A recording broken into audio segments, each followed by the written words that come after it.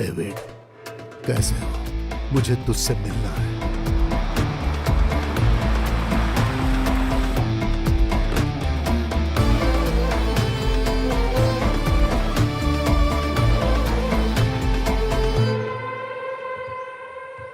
David, मैं तेरे पिताजी का दुश्मन था, राजनीति में, सिर्फ राजनीति में। मैं जानता हूं अंकल। पहले आप वीरन अंकल के यहाँ मुझे लेकर जाया करते थे दोपहर के खाने के लिए, और जब मैं वहां पहुंचता तो आप मुझे चिढ़ाया करते थे। फिर मुझे उठा के गले लगाते, और ये मुझे बहुत पसंद आता था। यही आपका प्यार था।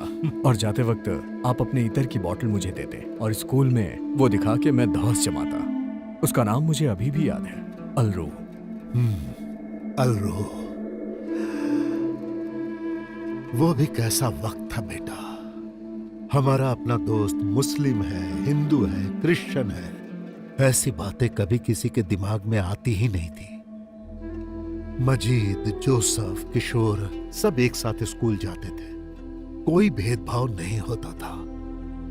मेरे और तेरे पिताजी की सोच एक जैसी ही थी जिंदगी के बारे में। मजहब के नाम पर किसी पर आंच नहीं आने देते थे, ऐसा जमाना था। लेकिन आज के बच्चे नर्क में जा रहे हैं।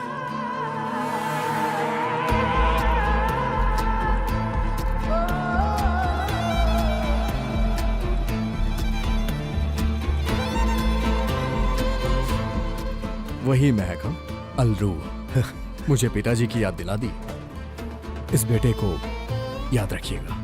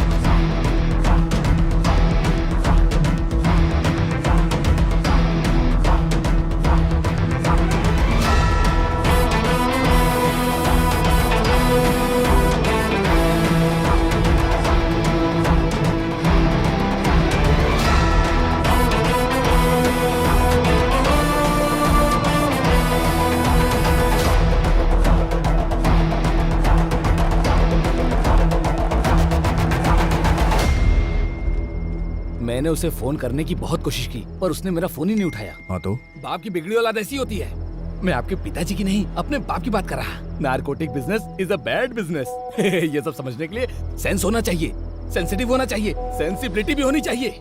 इस तरह के 2-4 पंच डायलॉग है ना, आप मुझसे सीख लीजिए, और मौका मिलने पे डायलॉग चिपका कर तालियां बटो लेना।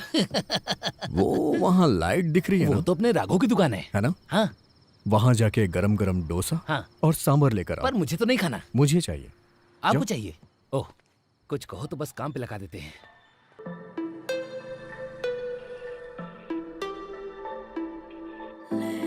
तुम्हारा इरादा क्या है? कैसा इरादा? इंस्टा में मैसेज करके तुम्हारा नंबर ढूंढकर तुम्हारा पीछा करती फिरूंगी, इतना भी गिरा कैरेक्टर नहीं है मेरा। लगता है प्यार करने की क्वालिटी तुम्हारे अंदर भी नहीं है। सुन के सर में दर्द हो गया। इस तरह खुल के बात मत किया करो। लगता है तुम्हारा ईगो हर्ट हो गया। बहुत जिद्दी इंसान लगते हो। मिलने आओगे? आ भी सकता हूँ। चलो बताओ, कब आना है मुझे? सच में आ रहे हो क्या? तुम्हारी तो बीवी है ना? जहाँ बीवी नहीं है वहाँ तुम्हारे साथ रह लूंगा। तुम्हें डर नहीं लगता? कैसे आदमी हो तुम? जैसे सेलिब्रिटी पर तो मुझे भरोसा नहीं कि तुम आओगे। दीवारों को फांद कर पहाड़ों को लांग कर आऊंगा। ये कैसा डायलॉग है? डायलॉग इस तरीके से थोड़ी ना बोलते हैं। डायलॉग बोलते समय फीलिंग, एटीट्यूड, इमोशन का होना बहुत जरूरी है, मतलब मजा आ जाए। हेलो, बाद में करता हूँ। राहुल चलिए भी मधु को बुला कैमरा लेके सर आप गाड़ी सर सर एक सवाल सर अगला सीएम कौन बनने वाला है सर? चलो ठीक है, मैं घर पहुंच गया, फोन करता हूँ। हाँ ठीक है।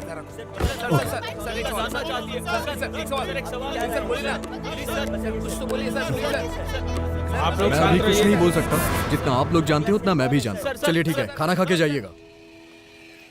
हे, आराम से। खाना खाया तुमने?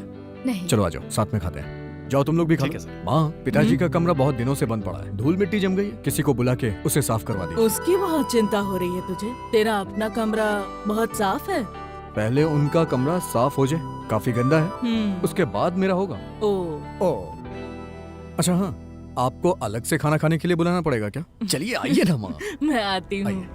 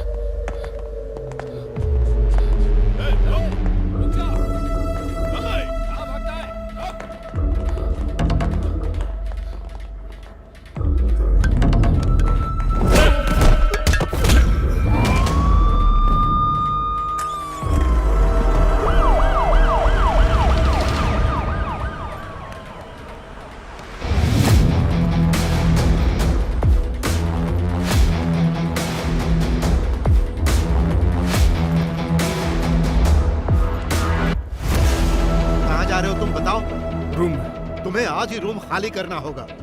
समझ में नहीं आया क्या? तुम्हारे दोनों रूममेट्स को पुलिस वाले अभी अभी उठा कर ले गए, क्योंकि तुम्हारे दोनों फ्रेंड्स इंजीनियरिंग की पढ़ाई के नाम पर बॉम्ब तैयार कर रहे थे। Bomb sir, bomb? I don't no sir.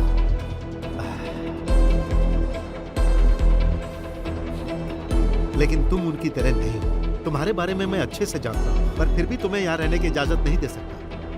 अगर तुम्हारे दोस्तों ने पुलिस को तुम्हारा नाम बता दिया तो पुलिस वाले यहाँ आकर तुम्हें भी उठा कर ले जाएंगे। Sir, I don't know who they are. I am only staying with them. That's all I know. मैं तुम्हारी भलाई के लिए बोल रहा हूँ, तुरंत यहाँ से निकल जाओ। अरे जाओ।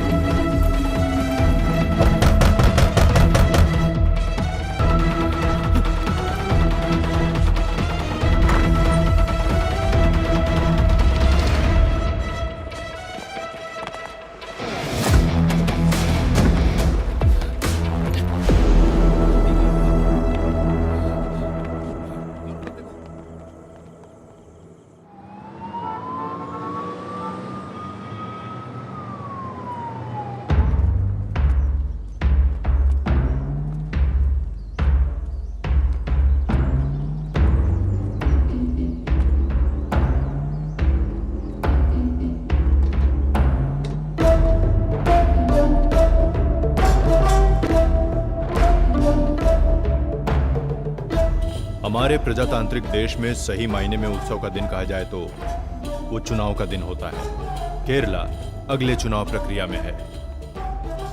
2 बार हार चुकी LDSN और पिछले 10 सालों से सत्ता में रहने वाली CDFM फिर से आमने सामने है। सत्ताधारी दल से जनता की नाराजगी का फायदा उठाने के लिए होशियारी से राह देख रही है LDSN, लेकिन उनके सामने सीएम अच्युतम नायर संघ शक्ति के साथ मजबूती से खड़े हैं। पक्ष विपक्ष दोनों की तरफ से सीएम कौन होगा इसे लेकर असमंजस की स्थिति अभी भी बनी हुई है और CDFM के पास कोई प्रभावशाली चेहरा सीएम पद के लिए नहीं है। वैसे तो नेता बहुत हैं, लेकिन मुख्यमंत्री के रूप में किसे चुने इसे लेकर अभी भी असमंजस की स्थिति बनी हुई है। आखिर में इन दोनों पक्षों ने सीएम पद के प्रभावशाली चेहरे को ढूंढने की जिम्मेदारी दिल्ली के हाई कमान को दे दी। लेकिन दिल्ली की सियासत को लेकर एक कहावत है कि जो भी गुजरा इसने उसी को लूटा। लेकिन अब देखना यह है कि दोनों पार्टियों को जिस प्रभावशाली चेहरे की तलाश है, वो चेहरा कौन होगा, किसका नाम सामने आएगा।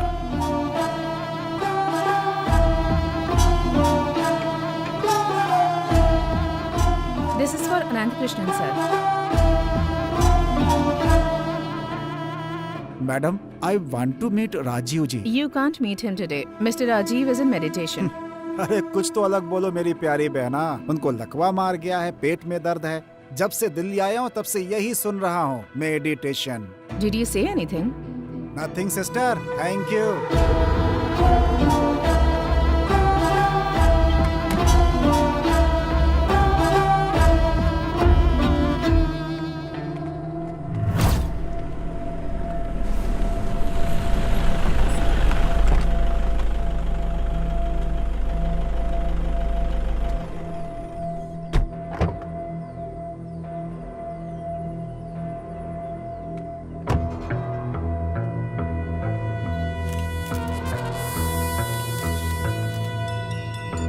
हाँ सर, आ गए। देता हूँ सर, देवदास है। जोसेफ सर, ये कैसी मुसीबत है? मुद्दे पर आओ, मैं हूं ना। अंदर किसका नाम है पता नहीं। एक सील लगाकर कवर हाथ में दे दिया है।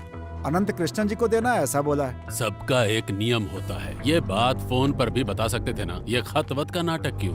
फोन टैप हो सकता है ना। ऐसा होने से किसी को पता भी नहीं चलेगा। ये अलकायदा के लोग आजकल ऐसा ही करते हैं, कवर में ही भेजते हैं। अगले मुख्यमंत्री का नाम इसी कवर में है ऐसा ऐलान कर दो और मुझे बख्श दो। चलो। कवर के बारे में धीरे बोलो, पास में ड्राइवर भी है ना। अरे सरदार है, मगन होकर गाना सुन रहा है। हमारी बातों से कोई मतलब नहीं उसे। तुम राजीव जी से मिले क्या? राजीव जी कहाँ मिला? उनकी सेक्रेटरी आई थी, उसे नहीं ये कवर दिया, साथ में चाय और पाव भी खिलाया। अब तक तो हम इंतजार ही कर रहे हैं ना, और आगे कब तक इंतजार करेंगे? तुम जरा उस कवर को खोलकर अंदर क्या है वो देखकर बता सकते हो क्या? अरे देखने की क्या जरूरत है? मुझसे कोई पूछेगा तो यही कहूंगा कि आप ही CDF से CM के कैंडिडेट हो सकते हैं। फिर ये फालतू का खेल किस लिए बना? देखते हैं हम। तुम्हें कुछ पता चले तो फोन करो। हाँ ठीक है।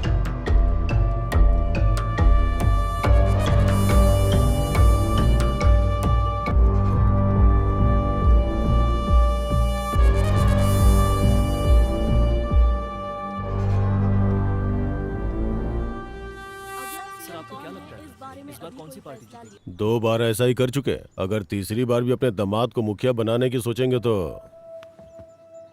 अगर सोच लिया तो तुम खुद ही देख लेना। पहले जैसा मजबूत सपोर्ट अब नहीं रहा। अगर हमने भी दबाव डाल दिया तो घंटा कुछ नहीं होगा। कोई कितना भी दबाव डाल ले, अच्युतम नायर जैसा सोच रहे वैसा ही होगा। आज भी पार्टी उनके इशारे पर ही चलती है। अभी जिसको जो बोलना है बोल ले। वो जो सोचते हैं वही पॉलिटिक्स है। वो जो बोलते हैं वही कानून है। केरला सरकार is equal to Achyutam Nair.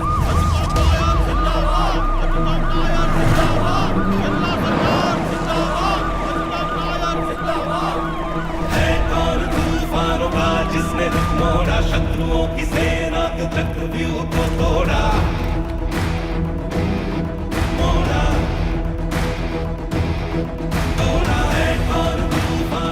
महोदय, हमें वो किताब मिल गई है, ये लीजिए। ठीक है।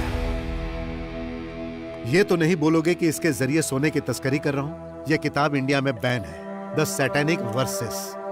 कहां से ढूंढ निकाला? जब मैं शिकागो गया था अपने दोस्त के पास काम के लिए। रिपोर्टर जी, अच्छी किताब है। CM मुद्दे को लेकर कौन बेहतर है, इसके पीछे सूत्रधार कौन है, पहले ये खबर छाप कर दो। भला आप लोगों से बेहतर हेडलाइन बना कौन सकता है?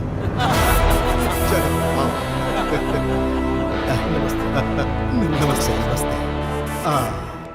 अब इतना भी ज्यादा मत झुको नायर। आखिर कब तक लोगों के सामने झुकोगे? झुकने का परिणाम कुमार भाई जैसे ईमानदार नेता झेल चुके हैं। सीना तान कर खड़े रहो। You are a communist.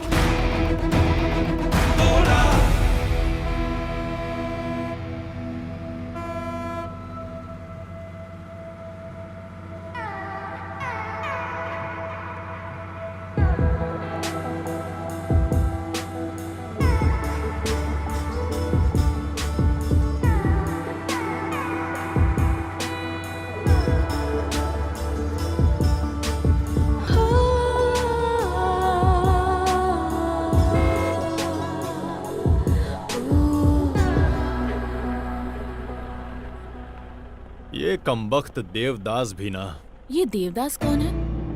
Kerala politics का ये मुख्य किरदार है।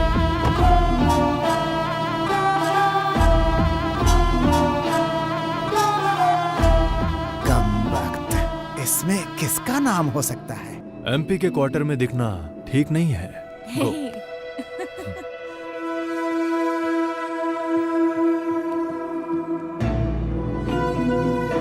मोहिदीन, एमपी साहब अंदर नहीं है क्या? आप 1 मिनट रुकिए।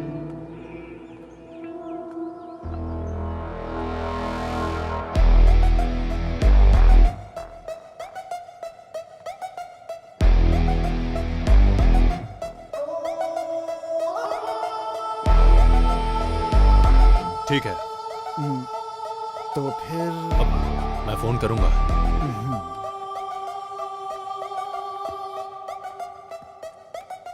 सीडीएफ में मुख्यमंत्री का दावेदार कौन हो सकता है? दिगंबरम जी, आप बोलो। अब मेरे ख्याल से तो एक ही सीएम है। अब आज के राजनीति के हिसाब से सच कहूं तो जोसेफ ही दावेदार हो सकता है। यही बात तो नॉर्थ के लोग भी चर्चा कर रहे हैं। पहली बार इस बारे में चर्चा हुई तब हमारी उम्मीद कुछ और थी, बाद में तो जैसे सारी उम्मीद पर पानी ही फिर गया।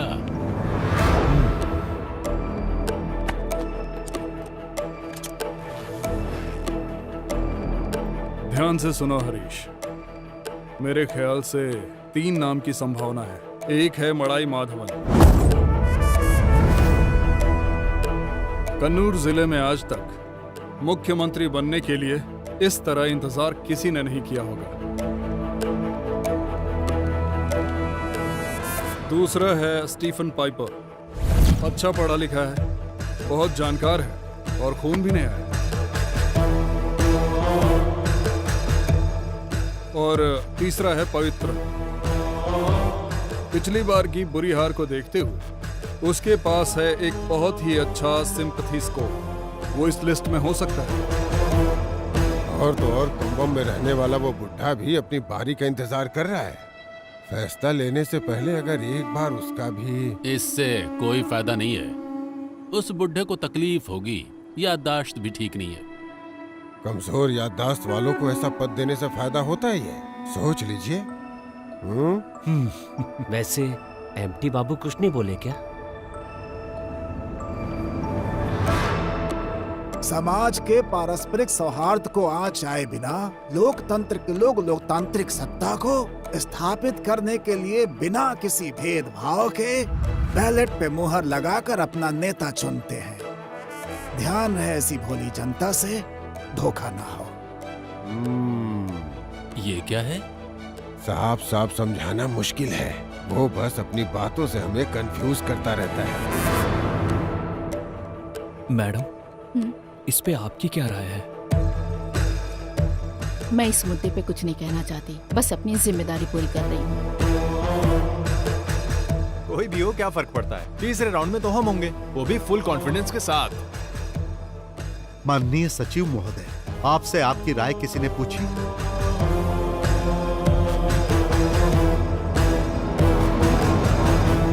प्यारे दोस्तों, मुझे तो लग रहा है कि ऐसे हम किसी भी एक नाम पर एक मत नहीं हो पाएंगे और दिल्ली वाले बेवकूफों को समझ में आएगा कि यहां पर कोई ऐसा चेहरा नहीं है।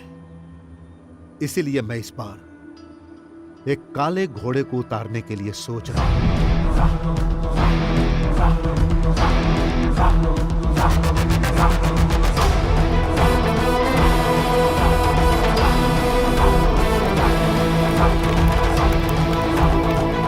The man in black.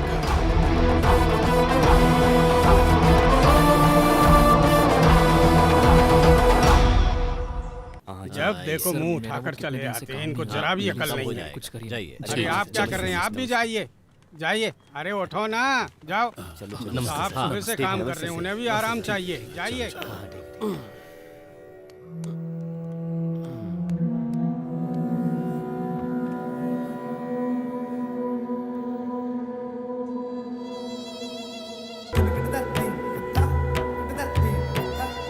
सुनिए, चाय और नाश्ता लेकर आओ। जरा मुझे सुकून से काम तो करने दो। हमारे देश में आज तक इस तरह का मामला कभी नहीं आया। अभी परेशान मत करो मुझे। सॉरी इसके लिए। सॉरी किस लिए? मैं बीच में उठ नहीं सकता ना। तुम जाके तैयार करो।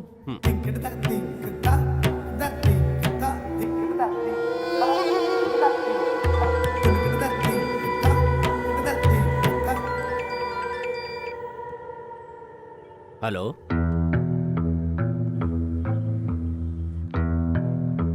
आप चिंता मत कीजिए, हम कोई रास्ता निकाल लेंगे। मैं अभी आता हूं।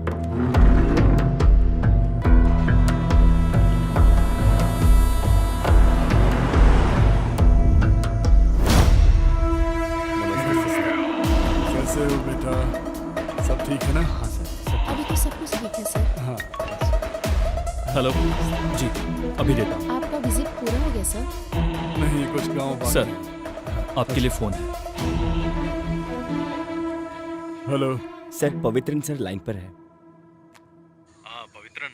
हाँ आनंद कृष्णन सर, कुछ पता चला क्या? तू नहीं है।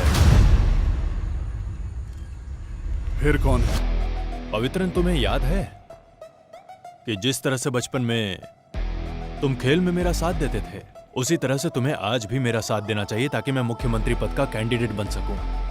मैं ऐसा सोचता हूं। आखिर ये क्या है सर? अपना दिमाग खराब करके मैं समाज सेवा के नाम पर बीच जंगल में आकर झेल रहा हूँ और आप मुझसे ऐसे बात कर रहे हैं? जब उन्होंने मुझसे कहा था कि कोई नौजवान सीएम कैंडिडेट चाहिए तो मैंने तेरा ही नाम लिख कर दिया था, और ये मैंने सोच समझ कर कहा था। तू भले ही मेरा यकीन न करे, पर सच यही है। मैं नहीं हूं तो कौन है? स्टीफन भाई हैं क्या? वो भी नहीं है। फिर कौन?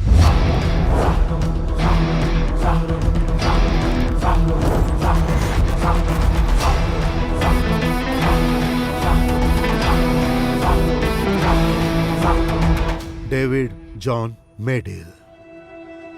डेविड है, पता है?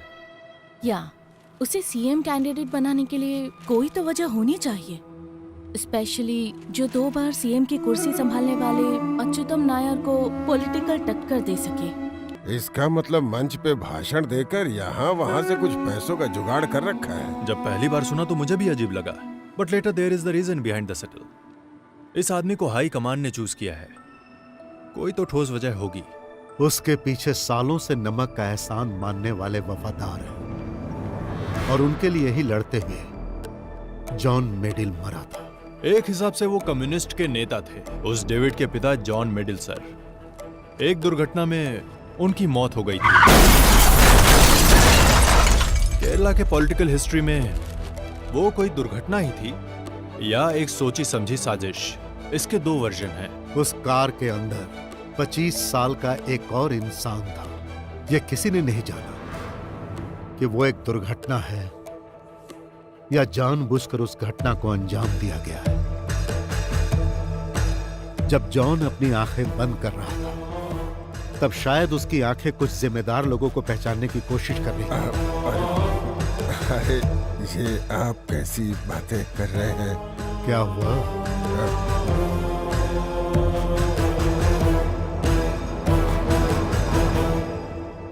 पिता के एक्सीडेंट के बाद डेविड चेंज्ड हिज साइड। सरकार की तरफ, a leftist turning into a right wing guy, and it worked. बाद में होने वाले 4 इलेक्शन में भी थंपिंग मेजॉरिटी से वो आदमी जीता। He is a cunning businessman too. बाप ने जो कमाई की थी, इसने 100 गुना कर दिया। एमपी की कुर्सी संभालते हुए दिल्ली के पॉलिटिक्स में इस स्टेट का कोई भी नेता ऐसा क्राउड नहीं बना पाया। Since he was filthy rich, David has got money backers, and money matters in Delhi. John Medill sir ने जिससे शादी की, वो शेड्यूल्ड कास्ट की एक हिंदू लड़की थी, Lakshmi. So David was born half Hindu half Christian. और डेविड ने शादी भी की तो किससे? ईडीएस पार्टी के रेस्पेक्टफुल जाने माने लीडर कृष्णा गोपालन सर की एकलौती बेटी वृंदा से। डेविड के पिताजी जिस एक्सीडेंट में मारे गए थे, उसी में डेविड की वाइफ ने अपने दोनों पैर गंवा दिए, और तब से लेकर आज तक वो व्हील चेयर पर है। डेविड अपनी पत्नी का ख्याल रखने में कोई कमी नहीं छोड़ता। एक पत्नी होने के नाते वो भले ही उसको खुशी नहीं दे पा रही हो, लेकिन डेविड कभी भी उसे इस बात का एहसास नहीं होने देता, specially to those members in her community. उन लोगों के बीच वो आदमी एक आइकॉन बन गया and they started considering him as their foster son. और वो उन लोगों के लिए पैसा पानी की तरह बहाता है। ये जाति समीकरण ही केरला के इलेक्ट्रिक बैलेंस को डिसाइड करता है। केरला में सबसे बड़ा कॉन्ट्रडिक्शन इसी मुद्दे पर होता है। इंडिया में तमाम सेक्युलर संस्थान होने के बावजूद लोग जातिवाद को लेकर ही आज भी वोट मांगने जाते हैं।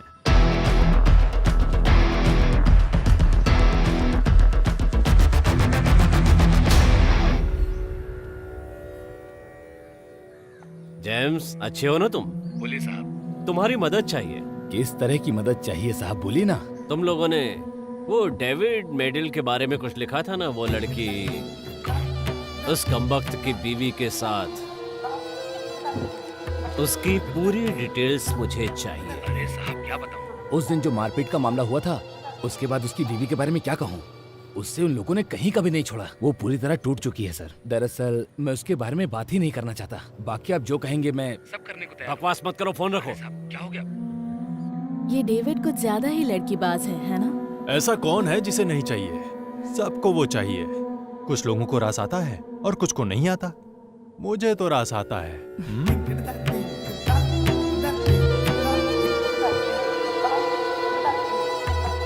सिर्फ इतना ही नहीं, इसके अलावा और एक रीजन है, फ्रॉम इनसाइड इन्फॉर्मेंट। अभी सीएम पद के लिए डेविड नाम के इस बेहुदे इंसान को इस glaring limitations to begin with. जैसा मैंने पहले बोला था, he is way with women. और तुम्हें पता है कि इस मुकाम तक पहुंचने के लिए डेविड ने 10 सालों तक संघर्ष किया है। So David will have to keep his libido under the quilt. एक पॉलिटिशियन को रिफाइंड और टैक्टफुल होना चाहिए। पैसा तो है इसके पास, पर क्लास नहीं। अरे वो एक गुंडा है, कॉर्पोरेट गुंडा। उस हरामखोर को हमारी पार्टी के हाईकमान अच्युतम नायर उतारने वाले। वो पार्टी को डुबोएगा। साहब खुद ही अपने पैरों पर कुल्हाड़ी मार रहे हैं। आप क्यों इतना टेंशन ले रहे हैं साहब? अगर राजीव जी ने फैसला कर ही लिया है तो हमें भी साथ मिलकर सपोर्ट करना चाहिए। ओ बेवकूफ है राजीव जी। सुनिए, मेरा बस एक ही हाई कमान है और वो है मेरा दिमाग। और दिमाग कह रहा है अभी एक ही झटके में सीडीएफ पार्टी मिटने वाली है।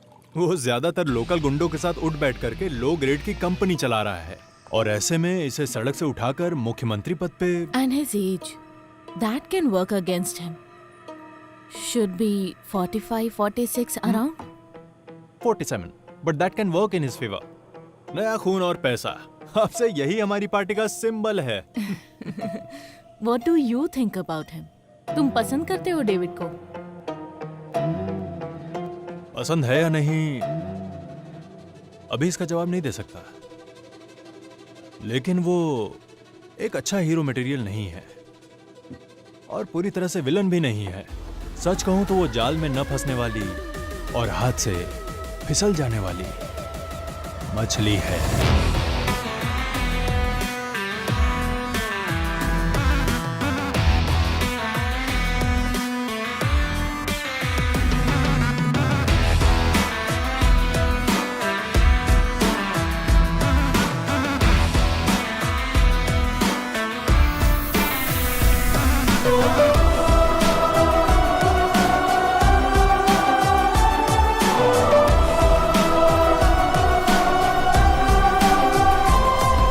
इतने सालों तक जिसका इंतजार किया, साजिश करके जाल बिछाया, बस इसी मौके के लिए। इसे हल्के में लेना सही नहीं होगा,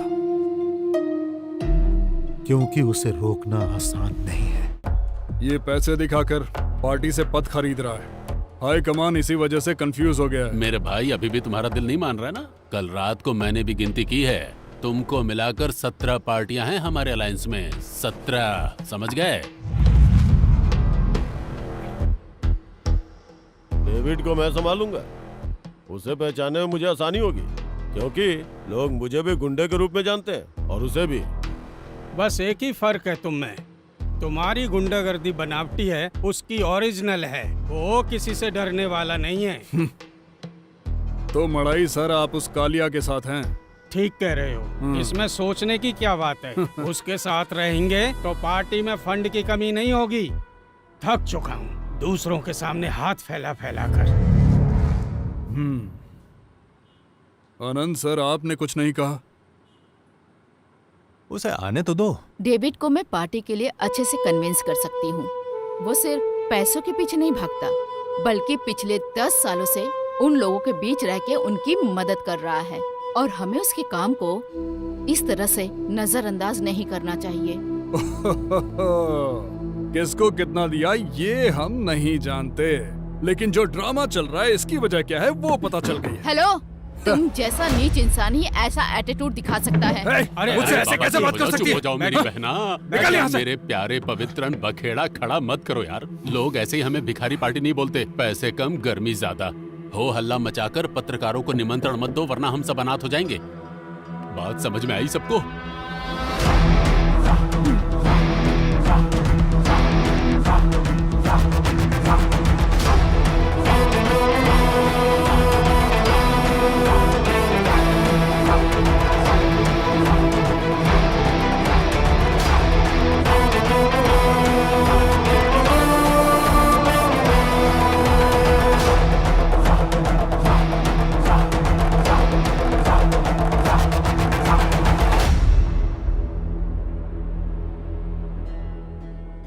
यहाँ जो लोग मौजूद हैं, डेविड ये आपसे अकेले में बात करना चाहते हैं। जो मुस्कुराकर गले मिलते हैं वो मित्र नहीं होते, और जो दूर होकर चलते हैं वो शत्रु भी नहीं होते। राजनीति में हर कदम फूंक फूंक कर रखना चाहिए। मुझे लगता है इस बार आपके भी दिल में ख्वाहिशें हैं।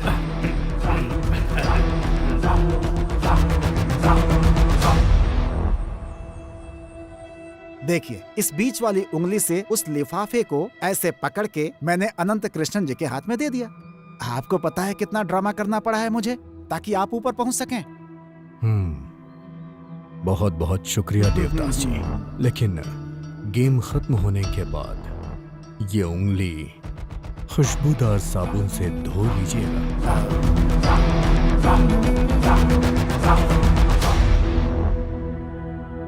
सिर्फ इस बार तुम रुक जाओ। मेरी बस एक ख्वाहिश बची है, वो है मुख्यमंत्री बनना। मुझे जो भी अधिकार मिलेंगे उन सारे अधिकारों की पावर ऑफ अटॉर्नी तुम्हारी होगी। बस इस बार पीछे हट जाओ। मैं जानता हूं, लेकिन उससे पहले अपने बीवी और भाई के नाम राजमुंद्री में 2000 एकड़ की जायदाद पे जो मॉडल टाउन बनने वाला है, सुना है उसका वेयर हाउस इंटरनेशनल लेवल का है। उसके बारे में मुझे मीडिया के सामने इंटरव्यू देने की इजाजत देनी होगी। इजाजत मिल जाएगी ना?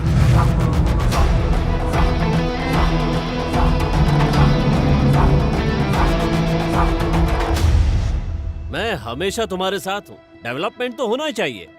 पहले ही देख चुका हूँ और अच्छी तरह जानता हूँ कि इनसे कुछ नहीं उखाड़ने वाला। सर, आपके चले जाने के बाद पार्टी कमजोर पड़ जाती है। मैंने इसे अपनी आंखों से देखा है। आपको मेरा साथ देना होगा, एक बड़े भाई की तरह। समझो मैं तुम्हारे साथ हूँ।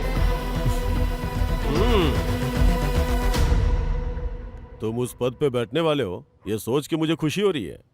खैर जो भी हो, अब एक सही आदमी उस पद पे बैठेगा। स्टीफन, पद पे चाहे कोई भी बैठे, सत्ता किसी की भी हो, लेकिन मेरी माँ ने मुझे एक बात सिखाई है कि कुछ भी हो जाए, राजनीति में धर्म और जाति बीच में नहीं आनी चाहिए। इसलिए दिमाग से गंदगी निकाल दो, स्वच्छ होके आओगे तो स्वागत है।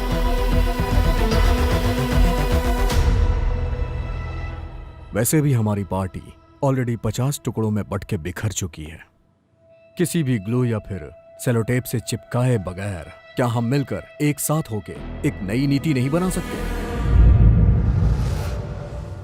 वैसे भी इस राज्य को चलाने के लिए कॉरपोरेट के कुछ बड़े नाम और 49 MLAs मेरे साथ हैं।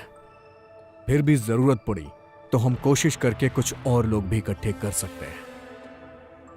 और मुझे लगता है कि यहां जितने भी लोग हैं उन्हें इसमें कोई तकलीफ नहीं होगी अगर हम एक साथ मिल के चलें। तो यहां सत्ता हमारी ही होगी।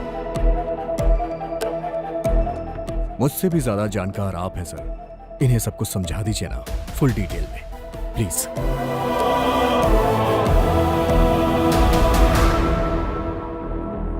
Well done man in black. Thanks. मैं तो अब एक संदेश पहुंचाने वाला कबूतर बन गया। जानता हूं, मैंने सुना है राजीव जी, मेरी तरफदारी करने के लिए आप पे कुछ मामले भी दर्ज हुए हैं। And in return? In return आपको वो फाइल मिल जाएगी। If you can. मिल जाएगी, वो भी उस लड़की के उठ के आने से पहले। तुम कैसे जानते हो? मेरे भी दिल्ली में लिंक्स हैं सर।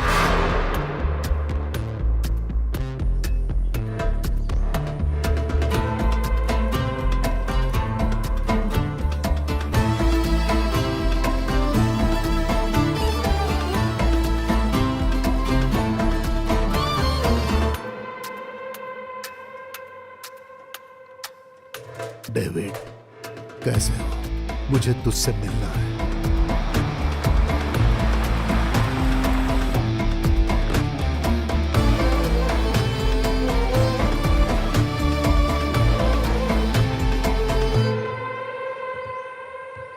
डेविड, मैं तेरे पिताजी का दुश्मन था, राजनीति में, सिर्फ राजनीति में। मैं जानता हूं अंकल, पहले आप वीरन अंकल के यहाँ मुझे लेकर जाया करते थे दोपहर के खाने के लिए, और जब मैं वहां पहुंचता तो आप मुझे चिढ़ाया करते थे। फिर मुझे उठा के गले लगाते, और ये मुझे बहुत पसंद आता था। यही आपका प्यार था। और जाते वक्त आप अपने इतर की बोतल मुझे देते, और स्कूल में वो दिखा के मैं धौंस जमाता। उसका नाम मुझे अभी भी याद है, अलरू। अलरू, वो भी कैसा वक्त था बेटा। हमारा अपना दोस्त मुस्लिम है, हिंदू है, क्रिश्चियन है, ऐसी बातें कभी किसी के दिमाग में आती ही नहीं थी। मजीद, जोसेफ, किशोर सब एक साथ स्कूल जाते थे, कोई भेदभाव नहीं होता था। मेरे और तेरे पिताजी की सोच एक जैसी ही थी जिंदगी के बारे में। मजहब के नाम पर किसी पर आंच नहीं आने देते थे, ऐसा जमाना था। लेकिन आज के बच्चे नर्क में जा रहे हैं।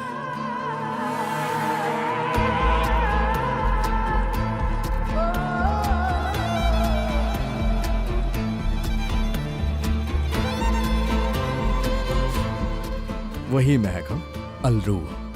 मुझे पिताजी की याद दिला दी। इस बेटे को याद रखिएगा।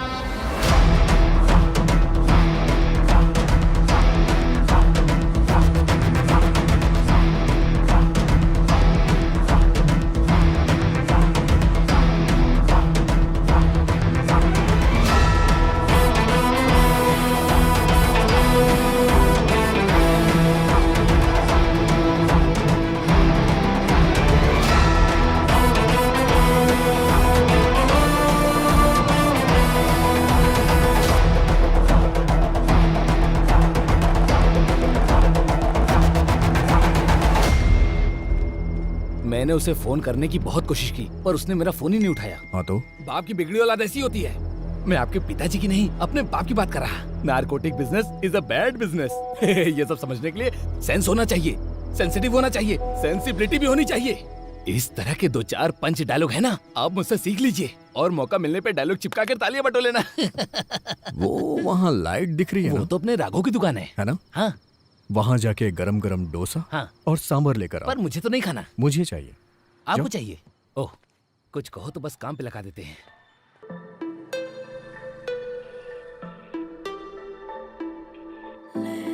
तुम्हारा इरादा क्या है? कैसा इरादा? इंस्टा में मैसेज करके तुम्हारा नंबर ढूंढकर तुम्हारा पीछा करती फिरूंगी, इतना भी गिरा कैरेक्टर नहीं है मेरा। लगता है प्यार करने की क्वालिटी तुम्हारे अंदर भी नहीं है। सुन के सर में दर्द हो गया। इस तरह खुल के बात मत किया करो। लगता है तुम्हारा ईगो हर्ट हो गया। बहुत जिद्दी इंसान लगते हो। मिलने आओगे? आ भी सकता हूँ। चलो बताओ, कब आना है मुझे? सच में आ रहे हो क्या? तुम्हारी तो बीवी है ना? जहाँ बीवी नहीं है वहाँ तुम्हारे साथ रह लूंगा। तुम्हें डर नहीं लगता? कैसे आदमी हो तुम? जैसे सेलिब्रिटी पर तो मुझे भरोसा नहीं कि तुम आओगे। दीवारों को फांद कर पहाड़ों को लांग कर आऊंगा। ये कैसा डायलॉग है? डायलॉग इस तरीके से थोड़ी ना बोलते हैं। डायलॉग बोलते समय फीलिंग, एटीट्यूड, इमोशन का होना बहुत जरूरी है। मतलब मजा आ जाए। हेलो, बाद में करता हूँ।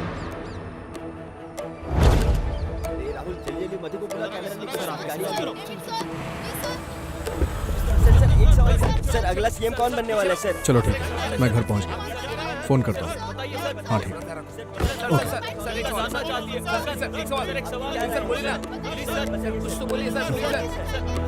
मैं अभी कुछ नहीं बोल सकता। जितना आप लोग जानते हो उतना मैं भी जानता हूँ। चलिए ठीक है, खाना खा के जाइएगा। आराम से। खाना खाया तुमने? नहीं। चलो आ जाओ, साथ में खाते हैं। जाओ तुम लोग भी खा लो। माँ, पिताजी का कमरा बहुत दिनों से बंद पड़ा है। धूल मिट्टी जम गई है। किसी को बुला के उसे साफ करवा दीजिए। उसकी बहुत चिंता हो रही है तुझे। तेरा अपना कमरा बहुत साफ है। पहले उनका कमरा साफ हो जाए, काफी गंदा है। उसके बाद मेरा होगा। ओ अच्छा हाँ, आपको अलग से खाना खाने के लिए बुलाना पड़ेगा क्या? चलिए आइए ना माँ। मैं आती हूँ।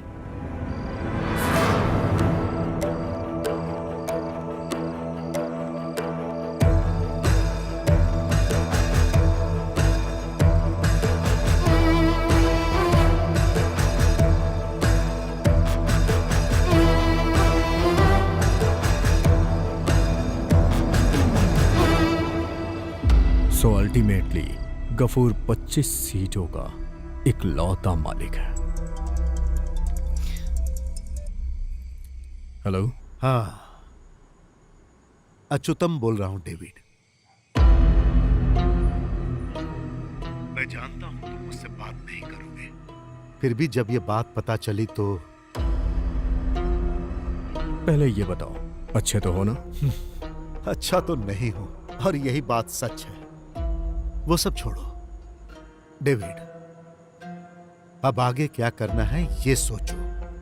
और हाँ डेविड, जरा संभल कर। मुझे किसी के उपदेश नहीं सुनने, और एहसान तो बिल्कुल भी नहीं चाहिए। तुम्हारे पिताजी की आवाज में इतना भारीपन नहीं था, लेकिन आवाज में खनक ऐसी ही थी। अगर आमने सामने बात करना है तो आ जाइए। लगता है सत्ता के लालच का पर्दा अभी हटा नहीं है।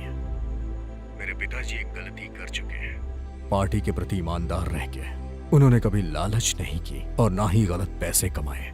पार्टी फंड में जितने भी पैसे थे सब उन्होंने पार्टी के लोगों में बांट दिए। पापा ने जाते वक्त मुझसे एक बात कही थी, कोई चाहे कितना भी खास हो, कितना भी करीबी हो, उस पे कभी भी भरोसा मत करना। तुम अभी भी शक करते हो ना डेविड? मुझ पर भी ना? मेरा शक तो कब का खत्म हो चुका है, लेकिन मामला बहुत गंभीर है और वही मेरा डर है। बेटा सुनो, मैं फोन रखूं क्या? इस हिचकिचाहट में आपका प्यार दिख रहा है और वो मुझे नहीं चाहिए।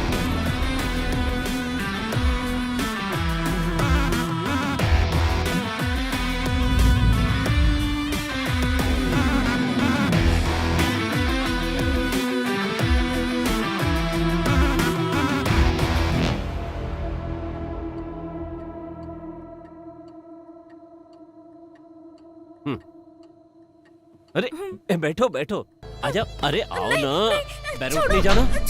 हैं? ए, कौन है वहाँ? सुकून।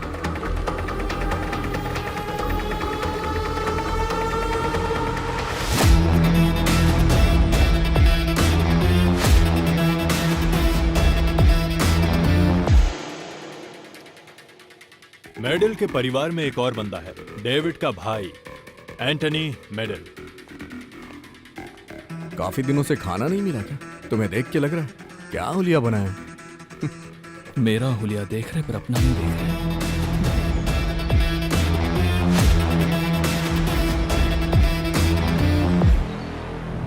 शंकर, आखिर तुम कहना क्या चाहते हो? साफ साफ बताओ। इसके सोचने से कुछ होने वाला नहीं है, क्योंकि हम सब मिलकर ये कर सकते हैं। डेविड को हम आराम से हटा सकते हैं। इसके पीछे कुछ बाहर के लोग हैं और कैसे भी हम प्लानिंग करके इस काम को निपटाएंगे और डेविड को पूरी तरह से मिटा देंगे। उसे खत्म कर दो। तो फिर उस गुंडे का जल्दी काम तमाम करो।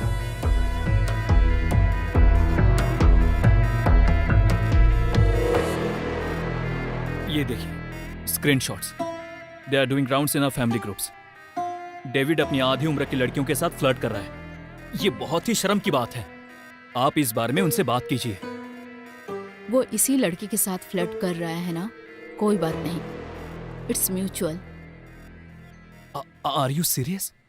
आप ये सब कुछ चुपचाप बर्दाश्त कर लोगी? तुम्हें इतना सोचने की जरूरत नहीं है। जिसकी पत्नी 20 सालों से बेड पे पड़ी हो, उस पत्नी के लिए उसके दिल में अभी भी प्यार है। उसके सामने ये फ्लर्टिंग वगैरह मेरे लिए कोई मायने नहीं रखता। जो औरत किसी काम की नहीं, उसके साथ जीने के दर्द को तुम नहीं जान सकते। इतने सालों में उसने मुझे कभी भी अपने दर्द का एहसास नहीं होने दिया, बल्कि उतना ही प्यार किया। पत्नी के रहते हुए भी बहुत सारे लोग लड़कियों के पीछे भागते रहते हैं। आप ना बिल्कुल बेवकूफ हो।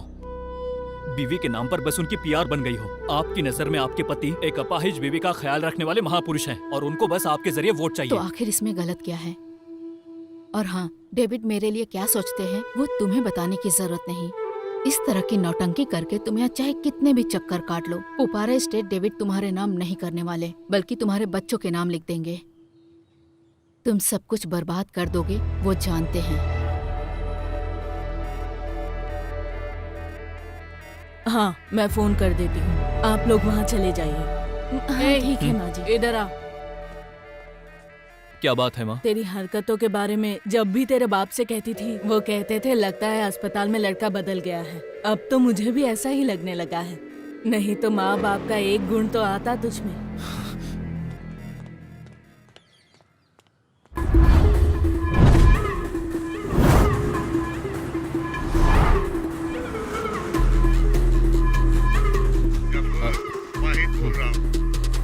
वाहिद भाई, ये कौन सा नंबर है? मैं जो बोल रहा हूँ वो कान खोल कर सुन। कुछ भी हो जाए उसे सीएम नहीं बनने देना। देखिए वाहिद भाई, चाहे आसमान फटे या पहाड़ गिर जाए, हम उसे रोकेंगे। वो नहीं बचेगा। हम उसे सीएम नहीं बनने देंगे। तुझ पर मुझे भरोसा है गफूर। भाई, वो अच्युतम नायर हमारे काम में रुकावट पैदा कर रहा है, लेकिन अगर वो सीएम भी बन जाए तो हमारे रिश्ते पर कोई फर्क नहीं पड़ेगा। और आपको क्या लगता है मैं इसकी मंजूरी दूंगा? मंजूरी मत देना। और अगर ऐसा हुआ तो तुम लोग पार्टी फंड और मजहब के नाम पर जो नौटंकी करते हो, वो सब कुछ एक्सपोज करके मैं बंद करवा दूंगा। तुम जानते हो मैं ये सब डराने के लिए नहीं बोल रहा हूँ।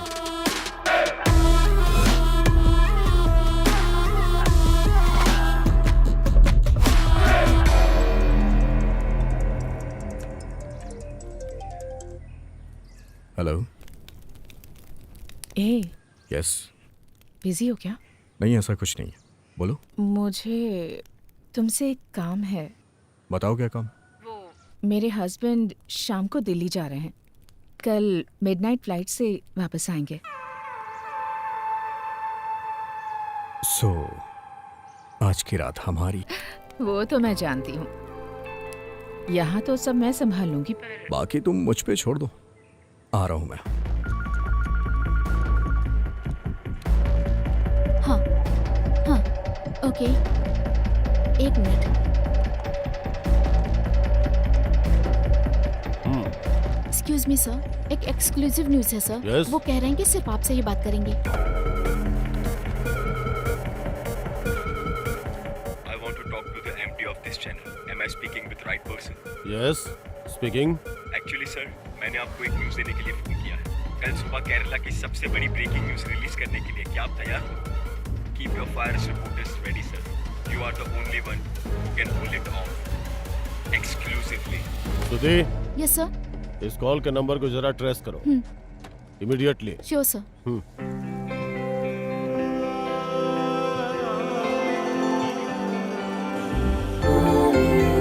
Got it?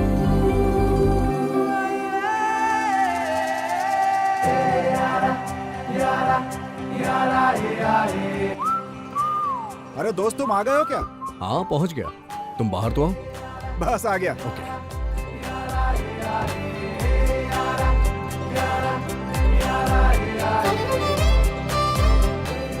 मामला सब ठीक है लेकिन इतना रिस्क लेना जरूरी है क्या? रिस्क दो तरीके के होते हैं। एक कुछ पैसे देके मामले को निपटा देना, दूसरा खुले मैदान में उतर के गेम का मजा लेना, और मैं यही कर रहा हूँ। मानना पड़ेगा तुझे। चल ठीक है, मैं फ्री होके कॉल करता हूँ। तू अपनी शूटिंग खत्म कर दे। Okay okay bye. चले क्या? तुम ये गाड़ी को लेकर मेरे पुपारा फार्म हाउस पे चले जाओ। मैं सुबह वहां पहुंच जाऊंगा। और हाँ, अपना फोन ऑफ कर देना। कुछ भी हो जाए ऑन मत करना, और अगर जरूरत पड़ी भी तो मुझे लैंडलाइन से कॉल करना। अरे मैंने तो आज ही रिचार्ज करवाया है। जो मैं बोल रहा हूँ समझ में नहीं आ रहा है क्या? मैंने कहा कुछ भी हो जाए अपना फोन ऑन मत करना। इतनी देर से मैं यही तो समझा रहा हूँ तुम्हें। और अगर किसी ने वहाँ फोन किया लैंडलाइन पे तो बोलना कि सर कहीं गए, आते हैं तो बात करवाता हूँ। क्या बोला मैंने? सर कहीं गए हैं, आएंगे तो बात करवा दूंगा। शाबाश।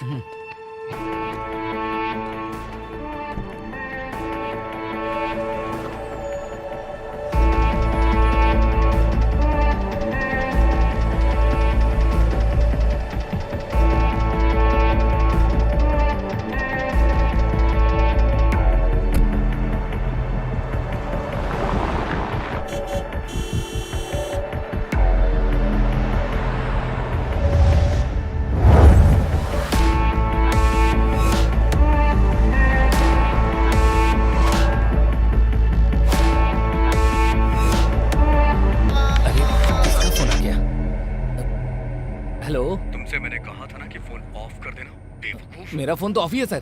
क्या कहा? अरे ऑफ करना भूल गया क्या?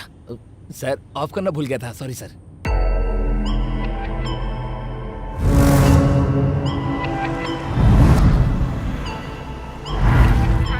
Hey, I'm on my way. सुनो, क्यों ना हम इस प्लान को कैंसिल कर दें? इसके बारे में तो सोचकर ही मेरे हाथ पैर कांप रहे हैं। अरे डर क्यों रही हो? पति दिल्ली पहुंच गए हैं, ये कंफर्म कर लो। नौकरों को छुट्टी दे दो, और ध्यान रखना कि घर पे रिपोर्टर्स ना आए। और क्या चाहिए? वो सब तो ठीक है, फिर भी। हे, इतनी शानदार रात हमें सामने से मिल रही है और तुम उसे ठुकरा रही हो। Bye, drive safe.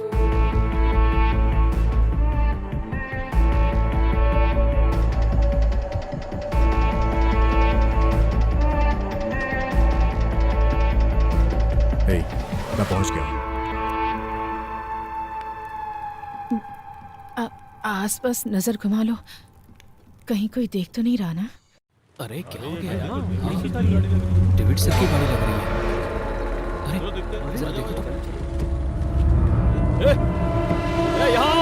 यहाँ पर आओ। डेविड सर का ड्राइवर यहाँ पर पड़ा है। क्या? ये देखो, उठाओ उठाओ उठाओ, जल्दी उठाओ। चलो।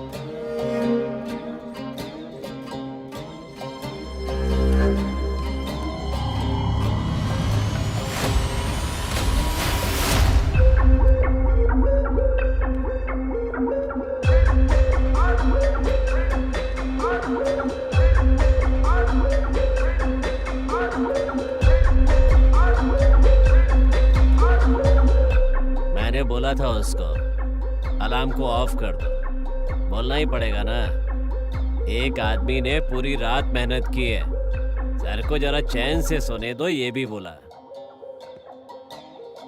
कोई सुनता ही नहीं।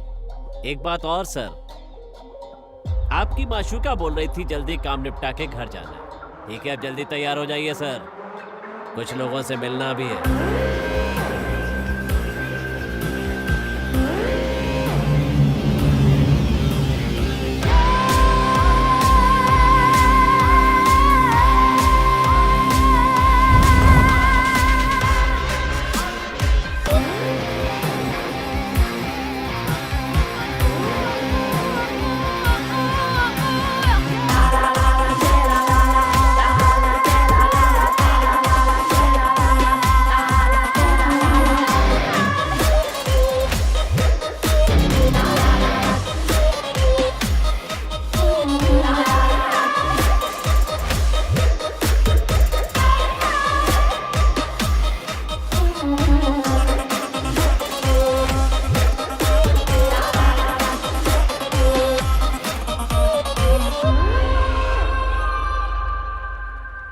उसे दूध पिला के सुला दिया है। यहाँ का क्लाइमेट उसे सूट नहीं कर रहा। ये जगह बहुत ही मायूस है। सर, आप सुबह सुबह क्या लेते हैं? काली चाय या कॉफी चाहिए? क्या ढूंढ रहे हैं सर? मेरी धोती। अब धोती क्यों चाहिए? ये रही धोती, लीजिए। ओह, हमने कुछ नहीं देखा और आगे भी नहीं देखेंगे अगर चाहो तो। बस वैसा ही करते रहिए जैसा हम कह रहे हैं, वरना पूरी दुनिया देखेगी।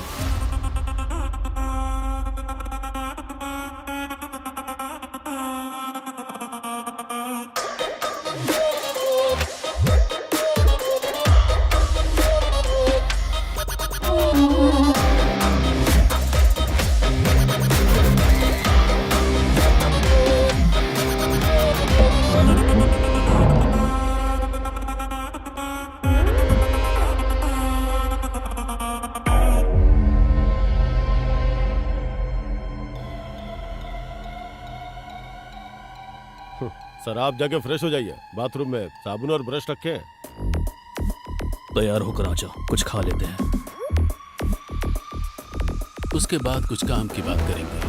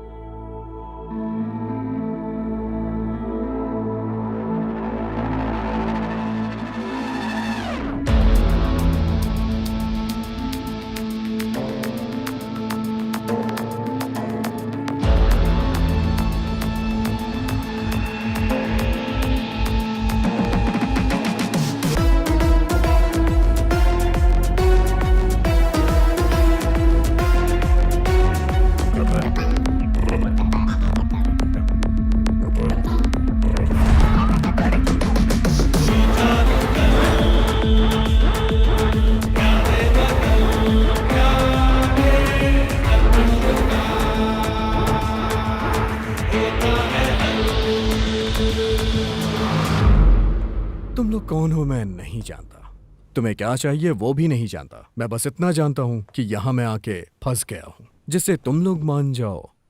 ऐसी कोई डील करनी चाहते हो तो बता दो। मैं यहां तुम्हारे जाल में फंस गया हूं क्योंकि मैं पागल हूं। तुम लोग जो भी मांगोगे वो मुझे देना पड़ेगा। सो तुम्हें क्या चाहिए, पैसे या फिर पॉलिटिक्स? क्या कहा? पॉलिटिक्स? वो हमारे काम की नहीं है सर। पैसा वो हमारा खुदा है। कितना? हम 5 है और हमें चाहिए पूरे 30 करोड़। फिर सर, आपको झांसा देकर बेड पर अय्याशी करवाई थी ना, उस लड़की के 1 करोड़। बाकी की बातें हमारे सर के आ जाने के बाद। और सर को क्या चाहिए हम नहीं जानते।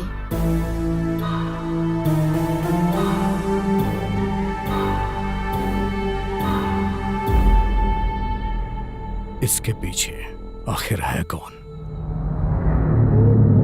जब आएगा तो देख लेना, ठीक है? आरंभ है फिर से युद्ध का महाउत्सव, हर तरफ सजी देखो रुदलों की सेनाएं, हर कदम पे षड्यंत्रों के बुझे हैं जाल ऐसे, इन शिकारियों से कैसे कोई भी बच पाए। हलचल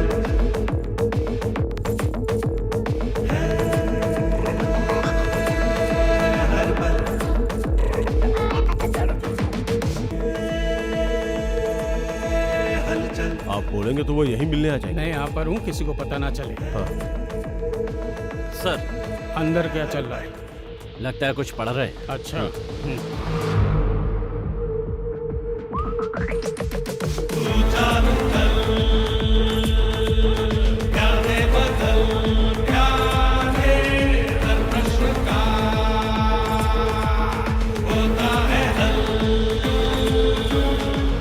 क्या बात है Ishaan? Any glitches? Sir I am very sorry sir, उन्होंने मोबाइल पे जो डेटा भेजा है वो क्लियर नहीं है। सर हमें वो कैमरा मिल जाता तो बहुत ही अच्छा होता।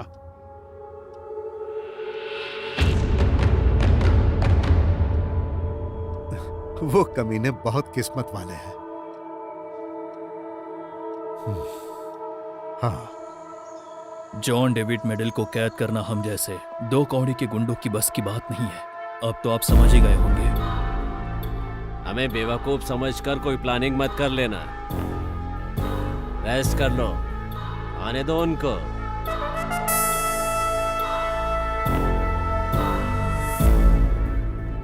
सर उस नंबर को ट्रेस किया है बट हम लोग कंफ्यूज हैं। Tower location is Visakhapatnam but number को फिलीपींस से लिया गया है। ये लोकल कॉलिंग कार्ड है वहाँ का।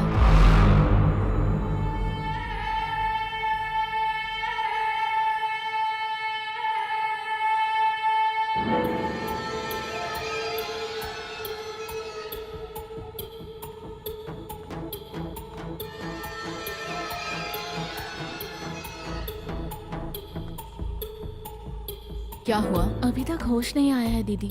यहाँ पुलिस वाले उनको घेरे हुए हैं, डॉक्टर से कुछ बात कर रहे हैं। पॉल को होश आते ही मुझे कॉल करने को कहना। हाँ ठीक है दीदी। और हाँ, मैंने फोन किया था, पुलिस को पता नहीं चलना चाहिए। हाँ ठीक है दीदी।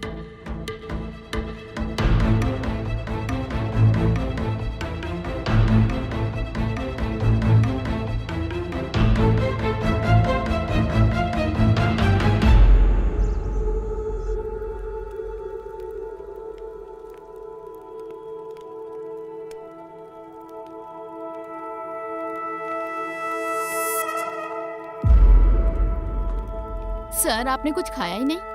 कल जो पिया था वो अभी भी बचा है, बस वही लाके दे दो। सर आपको खुद ही उठ के पीना पड़ेगा।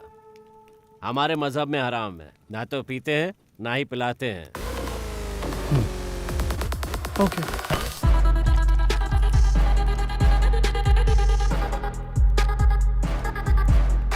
हम में से किसी को तकलीफ ना हो ऐसा मैंने एक सेटलमेंट सोचा है, लेकिन मैं जो भी पैसे तुम्हें दूंगा उसके बाद भी ये क्लिप बाहर नहीं जाएगी, इस बात पे मैं भरोसा कैसे करूं? हम जो वादा करते हैं उससे कभी मुकरते नहीं। यही करना होता तो ये क्लिप खरीदने के लिए हमें हजारों लोग मिल गए होते, ये आप भी जानते हैं। इसलिए उस बारे में सोचकर डरिए मत। 31 करोड़ सर, ये तो आपके बाएं हाथ का मैल है, ये हमें भी मालूम है। पैसा जाए उससे मुझे कोई दिक्कत नहीं, लेकिन पैसे दूं कैसे? आजकल वो अकाउंटेंट होते हैं ना, एक एक पैसे का हिसाब किताब रखते हैं वो लोग। इतनी बड़ी रकम को किसके अकाउंट में ट्रांसफर करूं समझ में नहीं आ रहा है। क्या सोच दिखाएंगे आप लोग, और मैं किस बिना पे आप लोग को दूं? एक चारा है, विदेश का कोई अकाउंट हो तो बताओ, दुबई या स्विस बैंक का। एनआरआई ट्रांसफर हुआ तो और भी आसान होगा। फोन करिए, क्या पता कोई मिल जाए।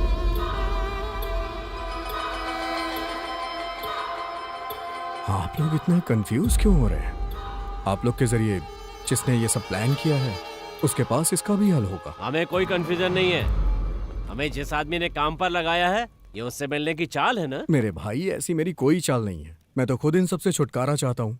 आप लोगों से ज्यादा टेंशन है मुझे। घर वालों को फोन भी नहीं कर सकता हूँ क्योंकि मेरा फोन आप लोग के पास है।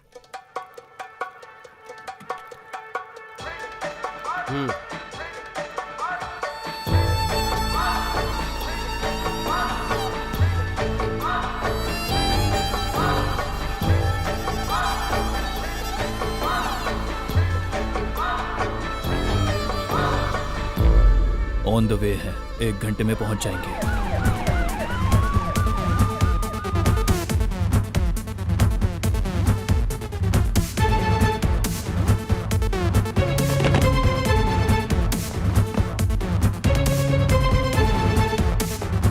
So Narayan Kutti, please brief the team about the details. Yes ma'am. So officers, David John Medal को किडनैप कर लिया गया है। इसके पीछे एक अनआइडेंटिफाइड टेररिस्ट ग्रुप है। अब तक मिली इंफॉर्मेशन के बेसिस पे ऐसा ही कह सकते हैं।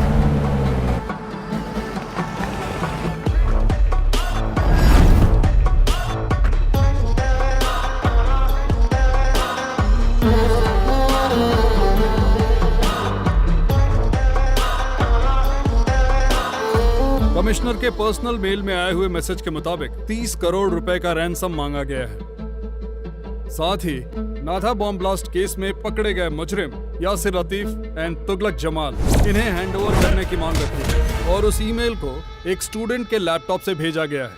And that has been done from a village near Visakhapatnam. Alert all stations. Immediately inform the anti-terrorist wing. Yes ma'am, Nasser sir को इन्फॉर्मेशन पास कर दिया है, but right now his phone is out of reach. Try again. Sure ma'am. David John Medal को terrorist लोगों ने kidnap कर लिया है। अभी हमें ऐसी खबर मिली इस है। खबर को ऐसा बताया जा रहा है। ऐसी आशंका है कि इसके पीछे किसी आतंकवादी संगठन का हाथ है।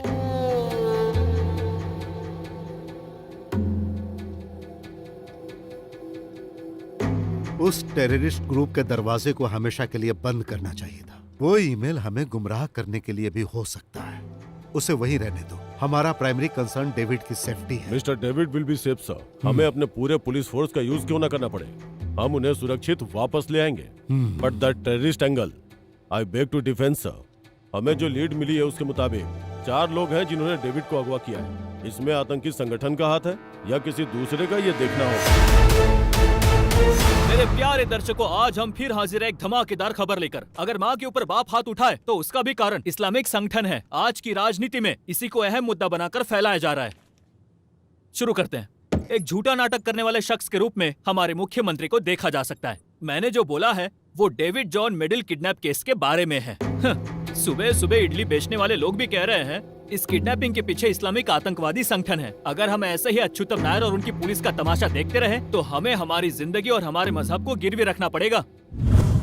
मैं आज ही बोल रहा हूँ, कल अगर सच सामने आया तो इस आतंकवादी संगठन के पीछे इसी नायर का हाथ होगा, इसी अच्युतम नायर का। जिस तरह से इस पार्टी का इतिहास है, अगर डेविड सही सलामत जिंदा मिला तो ये उसके परिवार की खुशनसीबी होगी।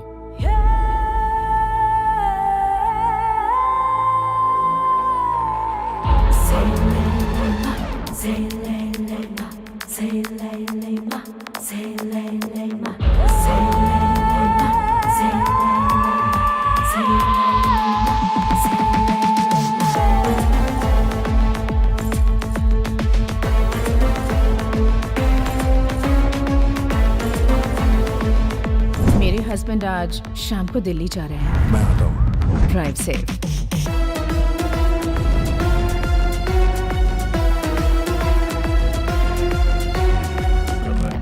You are natural, darling. Oh my God.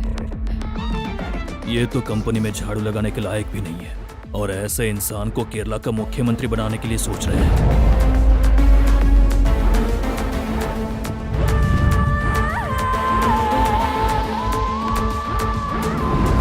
Thanks for the night. I'm sorry. किस लिए? जैसा तुम लोगों ने प्लान किया सब वैसा ही हुआ। इसमें बेवकूफ तो मैं बनाऊं ना। बिना प्रॉब्लम के ये काम निपट जाए तो। यस, वैसा ही कुछ मैं ट्राई कर रहा हूं। वैसे सच में तुम बहुत कमाल हो।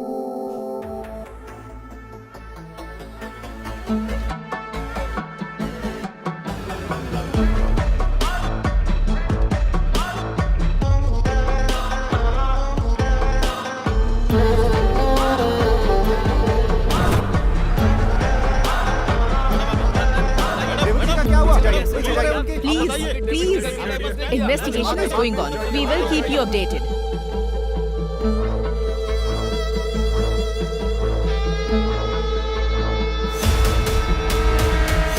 डेविड सर के परिवार और प्रॉपर्टी को प्रोटेक्शन देने के लिए ऊपर से ऑर्डर मिला है। यहाँ आने के लिए बहुत बहुत शुक्रिया सोफी बेटी। तुम्हारी ये प्रोटेक्शन तुम्हारी सरकार को ही मुबारक। इस प्रोटेक्शन के नाम पर ही मेरे परिवार के कितने लोग बलि चढ़े हैं। ऐसी प्रोटेक्शन हमें नहीं चाहिए। तुम्हारी पुलिस अब तक नहीं पता लगा पाई कि डेविड कहाँ है। इस तरह यहाँ पुलिस का जमावड़ा करके दिखावा करने का नाटक बंद करो।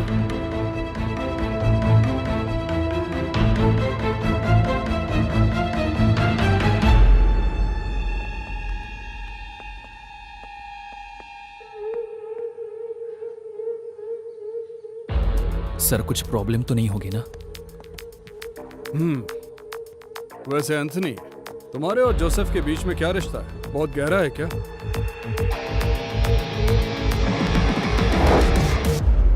सीएम सर, कैंसर से रिलेटेड एक बहुत अच्छी बुक मार्केट में है, आप कहें तो मैं मंगवा दूं। मुझे पढ़ना होगा। अरे ऐसी बात नहीं है सर, बस मैं तो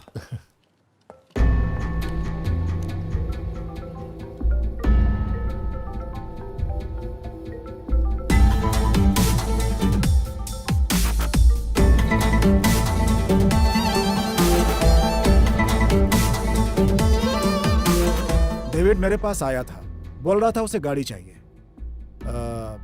कुछ सीक्रेट पॉलिटिकल मीटिंग है। खुद की गाड़ी लेकर जाएगा तो लोगों की नजर में आ जाएगा, और फिर चला गया।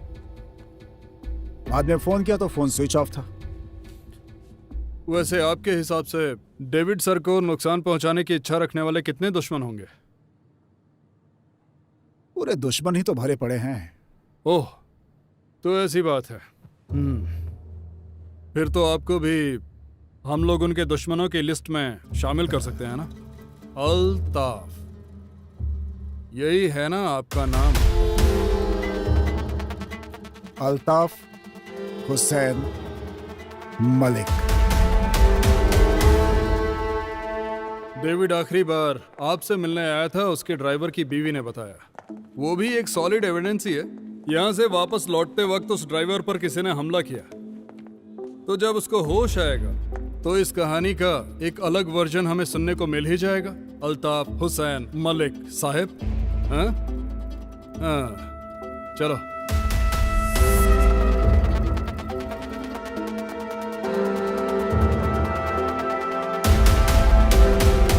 चलो बोलो, किसने तुम पे हमला किया? डेविड सर की भलाई के लिए बोलो, बताओ किसने हमला किया? डेविड सर की भलाई के लिए? उन्हें क्या हो गया? माते! सर आप गलत मत समझो, माते मुझे बोल रहा है। हाँ। अरे हाँ? तुम्हारे भाई लोग मास्क पहन के आएंगे तो भी मैं उन्हें पहचान लूंगा। अगर उन्होंने अपना हुलिया बदल लिया ना, तो भी वो लोग मेरे हाथों से नहीं बच के निकल सकते। भले ही वो लोग मुझे कितना मारे, पर वो जो चाहते हैं मैं उन्हें नहीं दूंगा। वो कौन है? वो सर क्या है ना, मेरे भाई और उनके बीच में नारियल के पेड़ों को लेकर कुछ झगड़ा हुआ था। कह रहे हैं उन लोगों ने ही ये किया है। सब वेस्ट। सुनिए, हो गया क्या?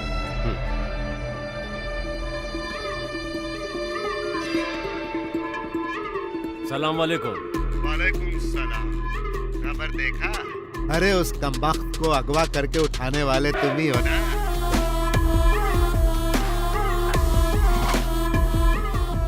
क्या हुआ, कुछ बोलते क्यों नहीं? कॉल रिकॉर्ड होने का डर है क्या? अरे आपके बारे में ऐसा सोच भी कैसे सकता हूँ? और क्या है? वहाँ कहानी कुछ अलग ही चल रही है। एक बार तह तक पहुंच जाऊं, फिर फोन करता हूं।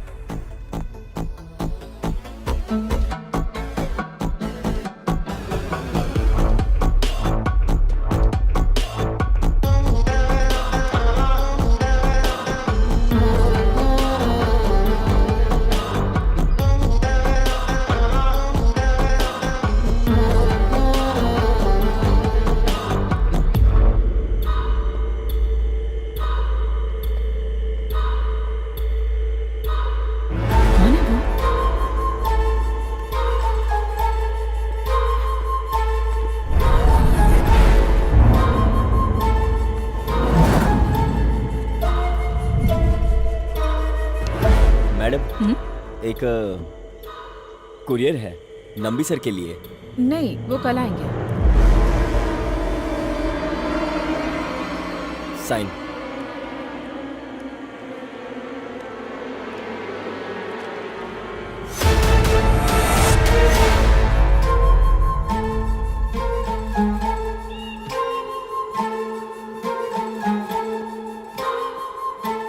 क्या है? एक कुरियर आया है, शायद यहाँ के ओनर के लिए है।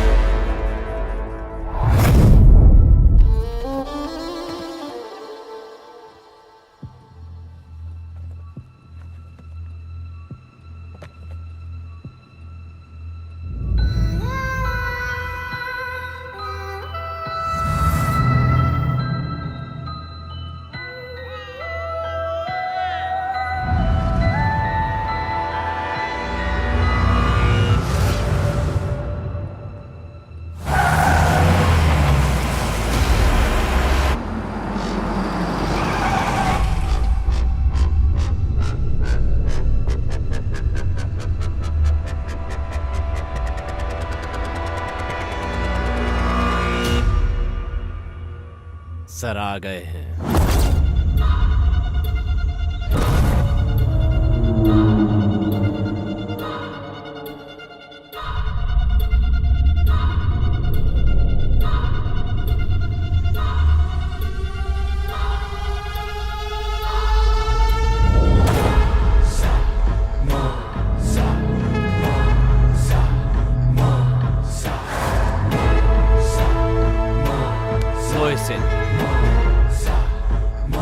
इकबाल,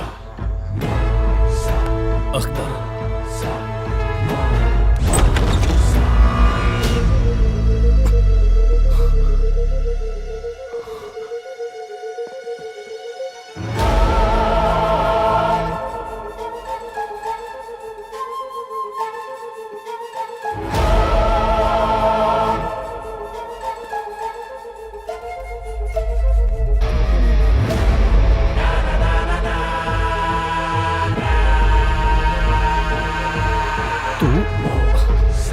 यहाँ किस लिए?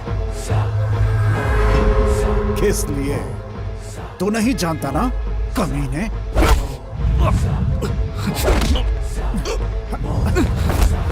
ले जाओ और बंद कर दो इसे। ले जाओ। चल चल चल, क्या हो रहा है ये सब? जाओ, जल्दी जाओ।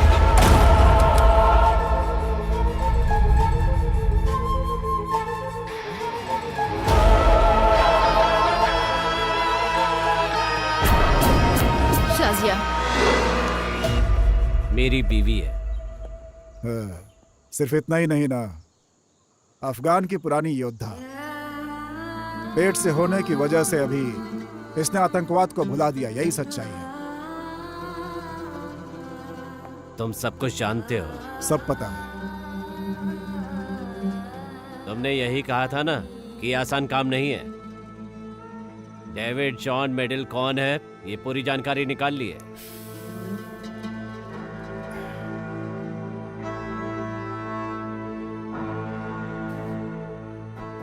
मेरा सबसे खास दोस्त है वो। उसके जरिए मैं इतना कुछ कर रहा हूं, तो आप लोगों को कितना फायदा होगा बताना जरूरी है क्या? हाँ?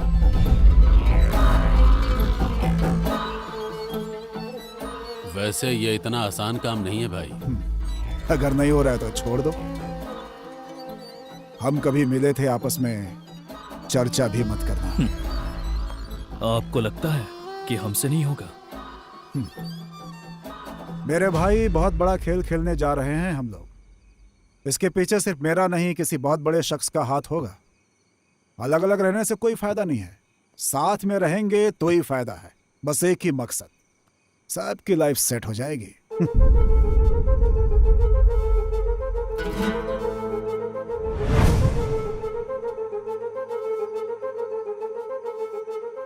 कितना मिलेगा? अगर काम बन गया तो 50, और अभी जो है एडवांस। काम होने के बाद 5 करोड़ सबके लिए अलग से।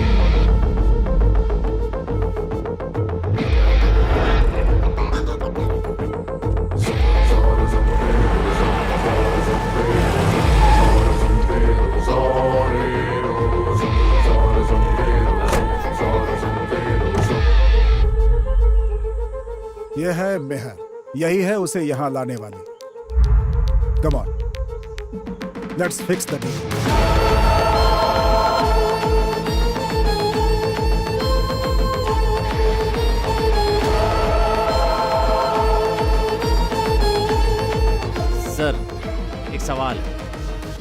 हमारे बारे में कैसे पता चला? कैसे पता चला, किससे पता चला, जरूरी नहीं है। ऐसे मुश्किल काम को आप लोगों ने बिना किसी हंगामे के कर दिया। इतना कम है क्या? ठीक है ना मोहसिन? अगर उसने पूछा कि पैसे कैसे ट्रांसफर करना है तो? उसके लिए पैसा वो देने वाला नहीं है। खैर वो छोड़ो, उससे भी बड़ी प्रॉब्लम है मोहसिन। हमारे अंदर कोई तो खबरी है जो अंदर की बात को लीक कर रहा है।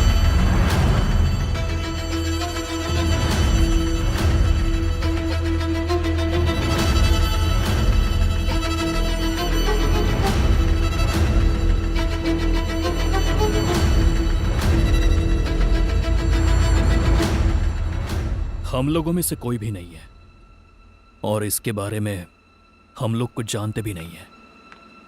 तुम्हें लगता है कि मैं ऐसा कुछ कर सकती हूँ? नो बेब, मैं ऐसा सोच भी नहीं सकता। उसे लेकर डरने की जरूरत नहीं है। जरा टीवी ऑन करो, देखते हैं न्यूज़ क्या आ रही है।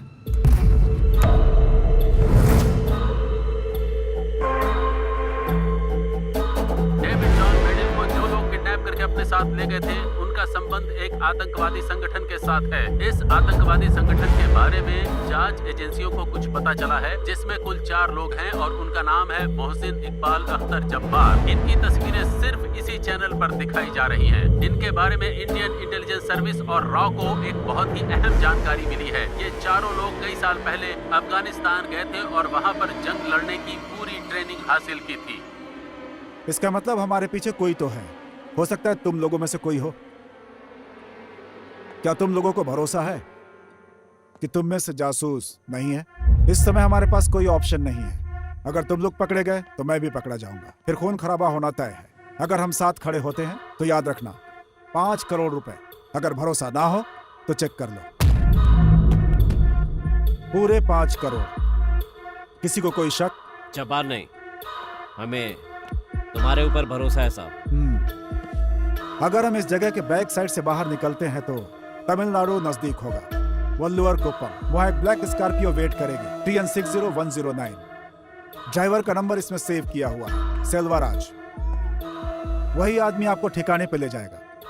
एंड वन मोर थिंग, तुम लोगों को अलग नहीं होना है। और उन लोगों के सस्पेक्ट लिस्ट में शाजिया का नाम नहीं है और ना ही फोटो। जंगल के रास्ते पैसे लेकर के जाना बहुत मुश्किल है। तुम लोग जाओ और शाजिया को फिलहाल यहीं रहने दो। तुम लोग सेफ वहां पहुंच गए, ऐसी खबर मिलते ही शाजिया को वहां पे भेज दूंगा, साथ में बाकी अमाउंट भी। तो अब हम अपना काम शुरू करते हैं। तो चलो सब लोग तैयार हो जाओ।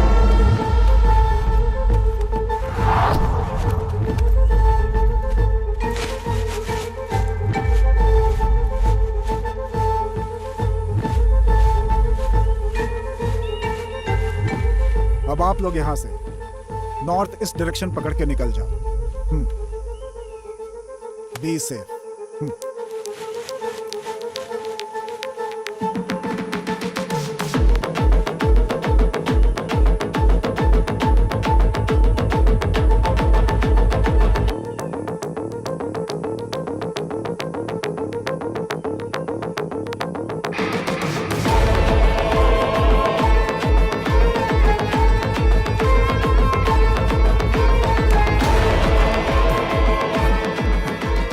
तेरे कान के नीचे एक जोर का लगा। अरे लेकिन किस लिए? इतनी तेज कौन मारता है? जबड़ा हिल गया मेरा। बस ऐसे ही जानबूझकर थोड़ी मारा था।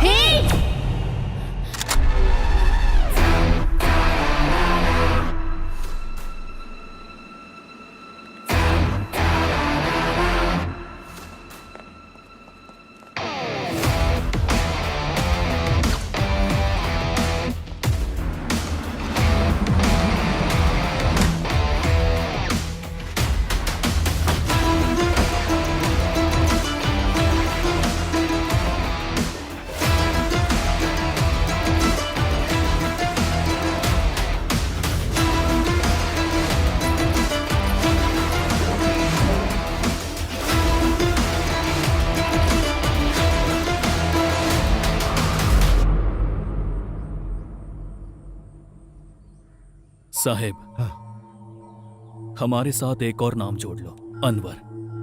पर उसको कुछ नहीं होगा अगर आप हमारे साथ खड़े रहे तो।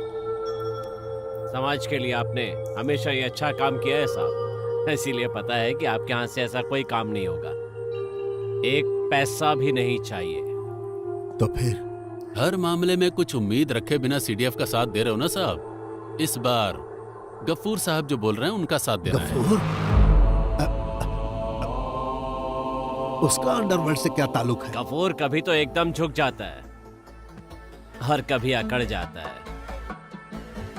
वो तो भगवा भी पहन सकता है। जब कभी ऐसा रंग बदले तो आपको साथ देना पड़ेगा। नहीं तो अब्दुल रहमान जी आपका प्यारा बच्चा आतंकवादी बन जाएगा। जेल में कैद यासिर लतीफ तुगलक जमाल गवाही देंगे और उसी के साथ रहमान खानदान की कहानी खत्म।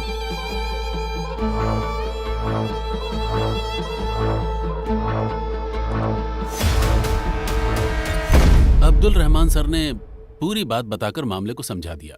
इस इलेक्शन में जैसा आप बोलते हो वैसा ही करेगा। उस आदमी को और कोई सहारा नहीं है। उसकी आवाज को पैसे खिलाकर बंद कर दो। ये कौन सी बड़ी बात है? एक काम तुम्हें करने के लिए दिया और वो तुमने कर दिया, बस इतना ही। औकात से ज्यादा बात मत करना। आप भी ऊंची आवाज में बात मत करिए। पहले की तरह आपकी बातों में आकर डर के मारे चुपचाप खड़े रहने वाले लड़के नहीं हैं हम।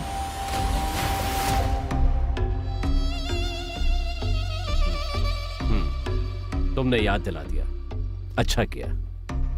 मेरी तो किस्मत में यही लिखा है। ये सब मैं किसके लिए कर रहा हूं? अपनी कौम के लिए ना, अपने लोगों के लिए ही कर रहा हूं ना ये सब। इसी में हम सबकी भलाई है। हमारी नहीं साहब, आपकी, सिर्फ आपकी। देश में रहने वाले मुसलमानों को 5 पैसे का फायदा भी है कैसे? सब बेकार की पार्टियां हैं तुम्हारी। आजादी के नाम पर जब आपकी साजिश में फंसकर वहां के मासूमों को हम मार रहे थे, आपकी बातों में आकर गलत रास्ता पकड़ लिया। काबुल कैंप में जब ये रो रही थी तो इसके जिस्म को नोच रहे थे कमांडर। इसे तो ये भी नहीं पता था कि इसके पेट में किसका बच्चा है। गाड़ी घोड़ा बोट जो भी मिला बस किसी तरह से वापस आ गए हम लोग। तब एक ही बात समझ में आई साहब, दुनिया में सिर्फ एक ही मजहब है, पैसे। सिर्फ 2 ही जात हैं, अमीर और गरीब। अमीर होना ही सब कुछ है, फिर चाहे वो किसी भी मजहब का हो, हिंदू हो, क्रिश्चियन हो, मुस्लिम हो, कोई फर्क नहीं पड़ता। सच्चाई का पता चल गया है, अब डर नहीं लगता।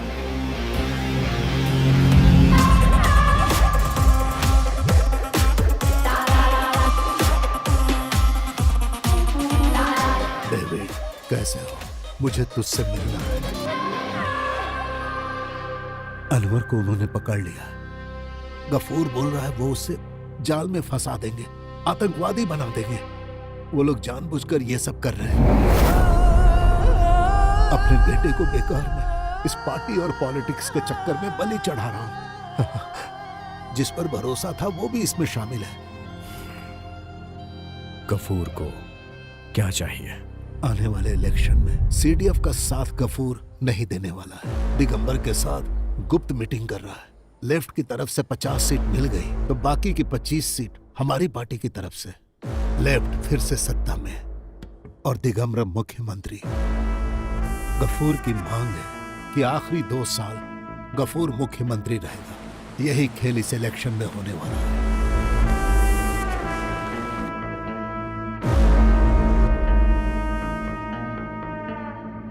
इस साजिश में मुझे साथ देना पड़ रहा है। जैसा गफूर बोलेगा उसकी कठपुतली बनकर पार्टी को लेफ्ट का साथ देना पड़ेगा। तो फिर अच्युतम नायर? यह अच्युतम नायर के खिलाफ होने वाली साजिश है। वो इस बारे में कुछ नहीं जानता। वो तो दिगंबर को अपना भाई मानता है। अनवर को कुछ भी नहीं होगा। आपके परिवार की इज्जत बचाना मेरी जिम्मेदारी और फर्ज है।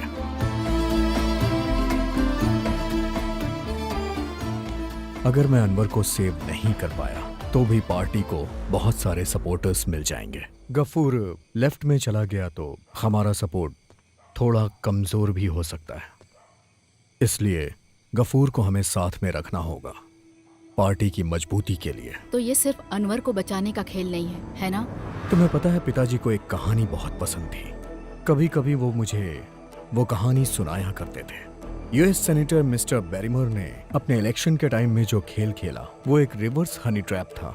वो खुद से जाके हनी ट्रैप में फंसा और अपने दुश्मनों को पूरी तरह से खत्म कर दिया। उसी तरह हम भी उस हिस्ट्री को दोबारा रिपीट करेंगे। सो अनवर को जो अगवा करके ले गए उनके ही जरिए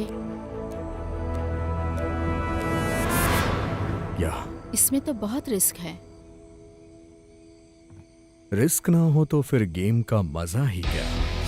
सो डायरेक्टर साहब, 4 लोगों को लेकर मुझे हनी ट्रैप में फंसाकर एक बंगले में लॉक कर देना, बस इतना ही करना है तुम्हें। तुम सीरियस बोल रहे हो? मुझे तो लग रहा था कि कॉमेडी है। मेरे दोस्त, जो तुम्हारे सामने बैठा है ना, वो केरला का मुख्यमंत्री बनने जा रहा है। इससे बड़ा मजाक शायद तुम्हारे लिए कुछ नहीं होगा। मैं जैसा कह रहा हूँ वैसा करो, बाकी मैं देख लूंगा। तुम ये जो हनी ट्रैप बोल रहे हो उसके लिए कोई लड़की नहीं चाहिए? चाहिए ना, तुम उसे फोन करो। किसको? मल्लिका। अरे लेकिन उसे मैं समझाऊंगा क्या? तुम बुलाओ तो सही, वो आएगी। जाओ मिटा दो अपने इंडियन इंटेलिजेंस साथी का अहंकार। Long time Mister Black and I missed you. Same here. Hey, इस ऑपरेशन के लिए सिर्फ तुम्हारे नाम पर आई है ये, और उसे अंजाम देने के लिए इसने कितनी तैयारी कर रखी है इस बात को जानने की तो जरूरत ही नहीं है यार। So tell me gentlemen, what can I do for you? Simple. Create a honey trap for me. ये पूरा प्लान तुम्हारा होगा और मैं एक मक्खी की तरह यहाँ आऊंगा इस घर में। Let me guess. A honey trap, but in the reverse? Like the Senator Barrymore story? Very good. देखा ना, मैंने बोला था। She is smartest lass we have in our company. ये तुमने करेक्ट बोला। Yeah. So, to Operation Honey Trap.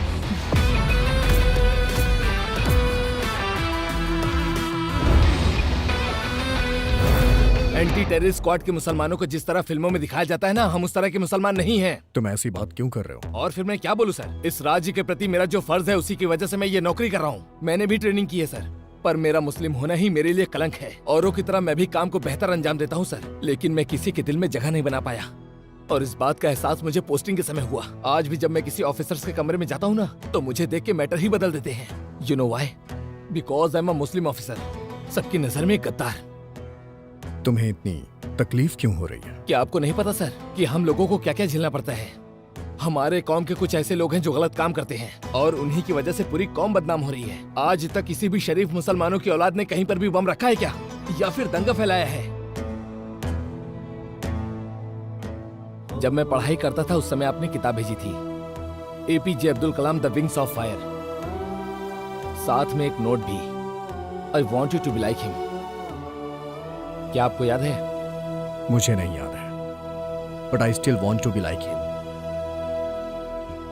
सुनो, देखो मेरा एक सपना है और वो सपना पूरा होने के मुकाम पे है। जो मैं चाह रहा हूं उसे पूरा करने के लिए और तुम्हें तुम्हारी नौकरी के लिए ये सब करना होगा। बाकी तुम्हारी मर्जी। डेविड सर ने देने के लिए बोला था, नासिर अहमद साहब ने। जैसा सोचा वैसा नहीं हुआ तो plan B, shoot them all. ये तालिबानियों के साथ आखिर तुम्हारे तार कैसे जुड़ गए? सच कहूं मैं तो डर के मारे हिल ही गया था। डर? तुम्हें? घर के दरवाजे पे अभी भी लिखा है मेजर अल्ताफ हुसैन, घर की नेम प्लेट। करेक्ट है यार। मेजर साहब, थैंक यू।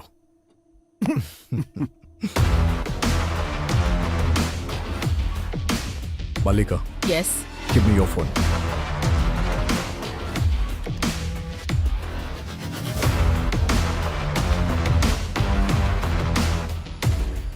वो लोग जंगल की तरफ गए हैं और उनकी बैग में तुम्हारे दिए GPS ट्रैकर है। और 5 करोड़ रुपए भी। वो पैसे वापस जरूर ले आना। पैसे तो वापस नहीं करूंगा सर, उसे अपने इलेक्शन फंड में काउंट कर लीजिएगा। मुझे भी तो सेटल होना है ना। ठीक है, जैसी तुम्हारी मर्जी। तुम ही अच्छी जिंदगी जी लो। रखता हूँ सर। ओके।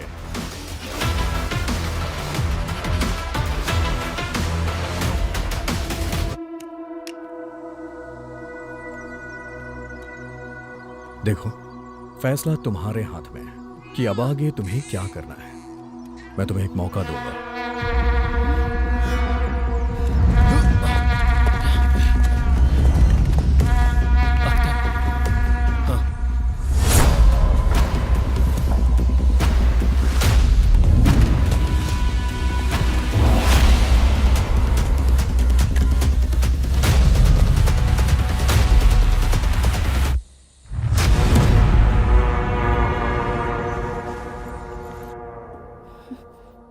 मेरी बात ना मानकर तुम्हें मर जाना है या जिंदा रह के इसकी परवरिश करनी है।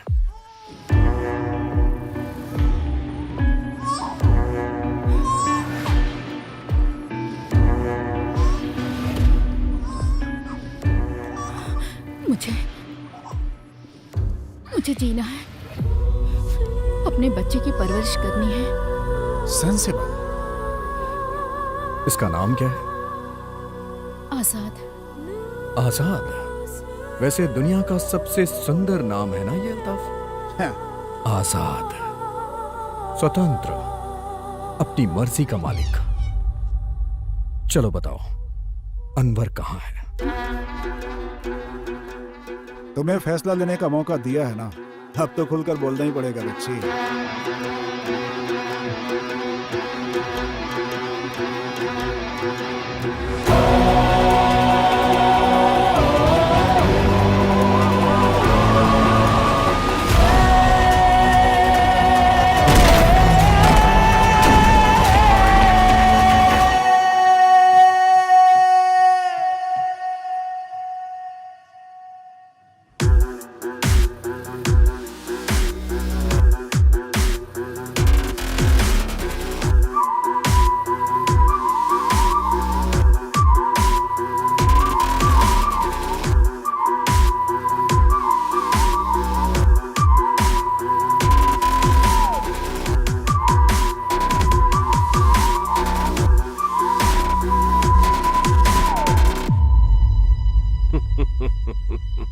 मैं जानता था कि तुम आओगे और तुम्हारा यह खेल भी जानता था, पर इसमें क्या परेशानी है बताऊं? ये तुम्हारी कॉर्पोरेट की दुनिया नहीं, राजनीति है। यहाँ पर पैसा पावर कुछ काम नहीं आता। सड़क पे सोना पड़ता है, सड़क पे सो के आसमान देखना और आसमान देखते हुए तारे गिनकर रात गुजारनी पड़ती है। ये तुमसे नहीं हो पाएगा। मैंने जिन 4 लोगों को काम पर लगाया है ना, उनका तो कुछ नहीं बिगाड़ सकता।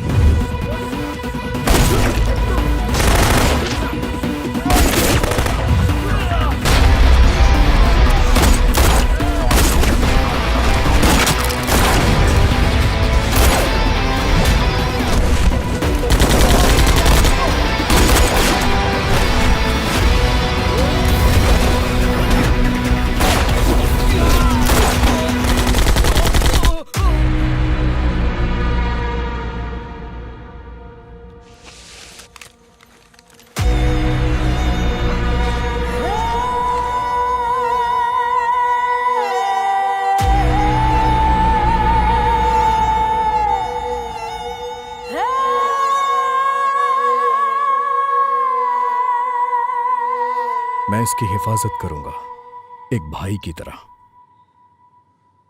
और इसके बच्चे की परवरिश भी। आज के बाद ये दोनों सड़क पर नहीं रहेंगे, शानदार महल में रहेंगे।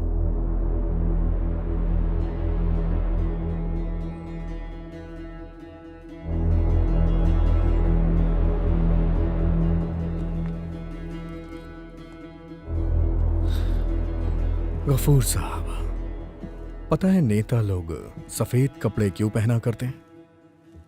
मित्र शत्रु बने तो पहचान सके, शत्रु मित्र बने तो पहचान सके, इसलिए आप मुझे पहचानिए। वैसे मेरे कपड़े काले हैं, आप मुझे कैसे पहचानेंगे?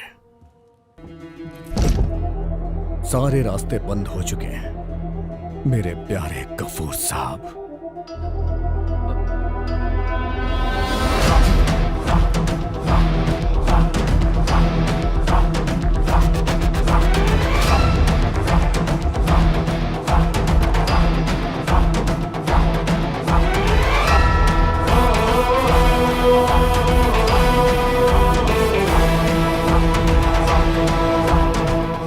एक बहुत बड़ी जंग खत्म हुई है। ऐसा किसी के साथ भी हो सकता है।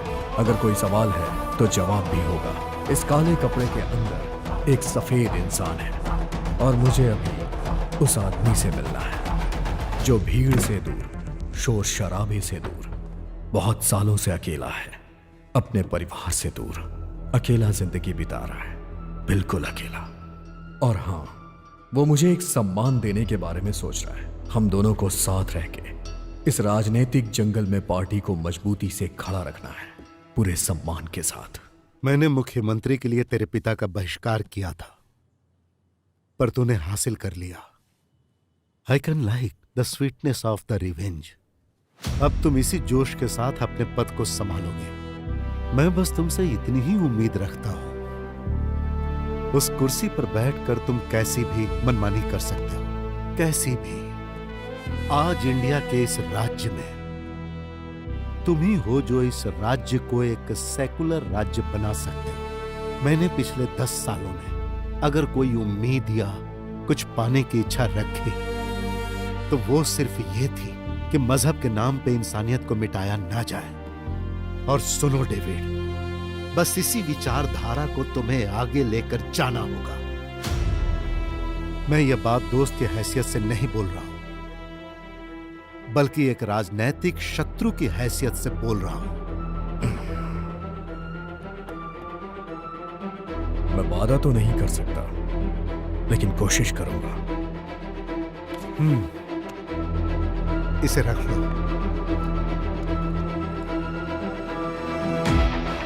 तुम्हारा नाम क्या है? अरे इधर तो आओ, मेरे पास चुपचाप चले आओ।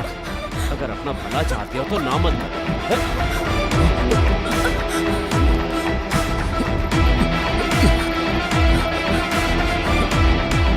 हाँ, विजुअल ठीक है सर, पर साउंड का थोड़ा। कोई बात नहीं। गफूर और उसके सपोर्टर्स को फंसाने के लिए तुम्हारे पास कई रास्ते हैं, यह मैं जानता हूं, लेकिन यह एक विजुअल एविडेंस है। एक कॉपी मेरे पास है। इसकी जरूरत पहले किसे पड़ेगी कोई नहीं जानता।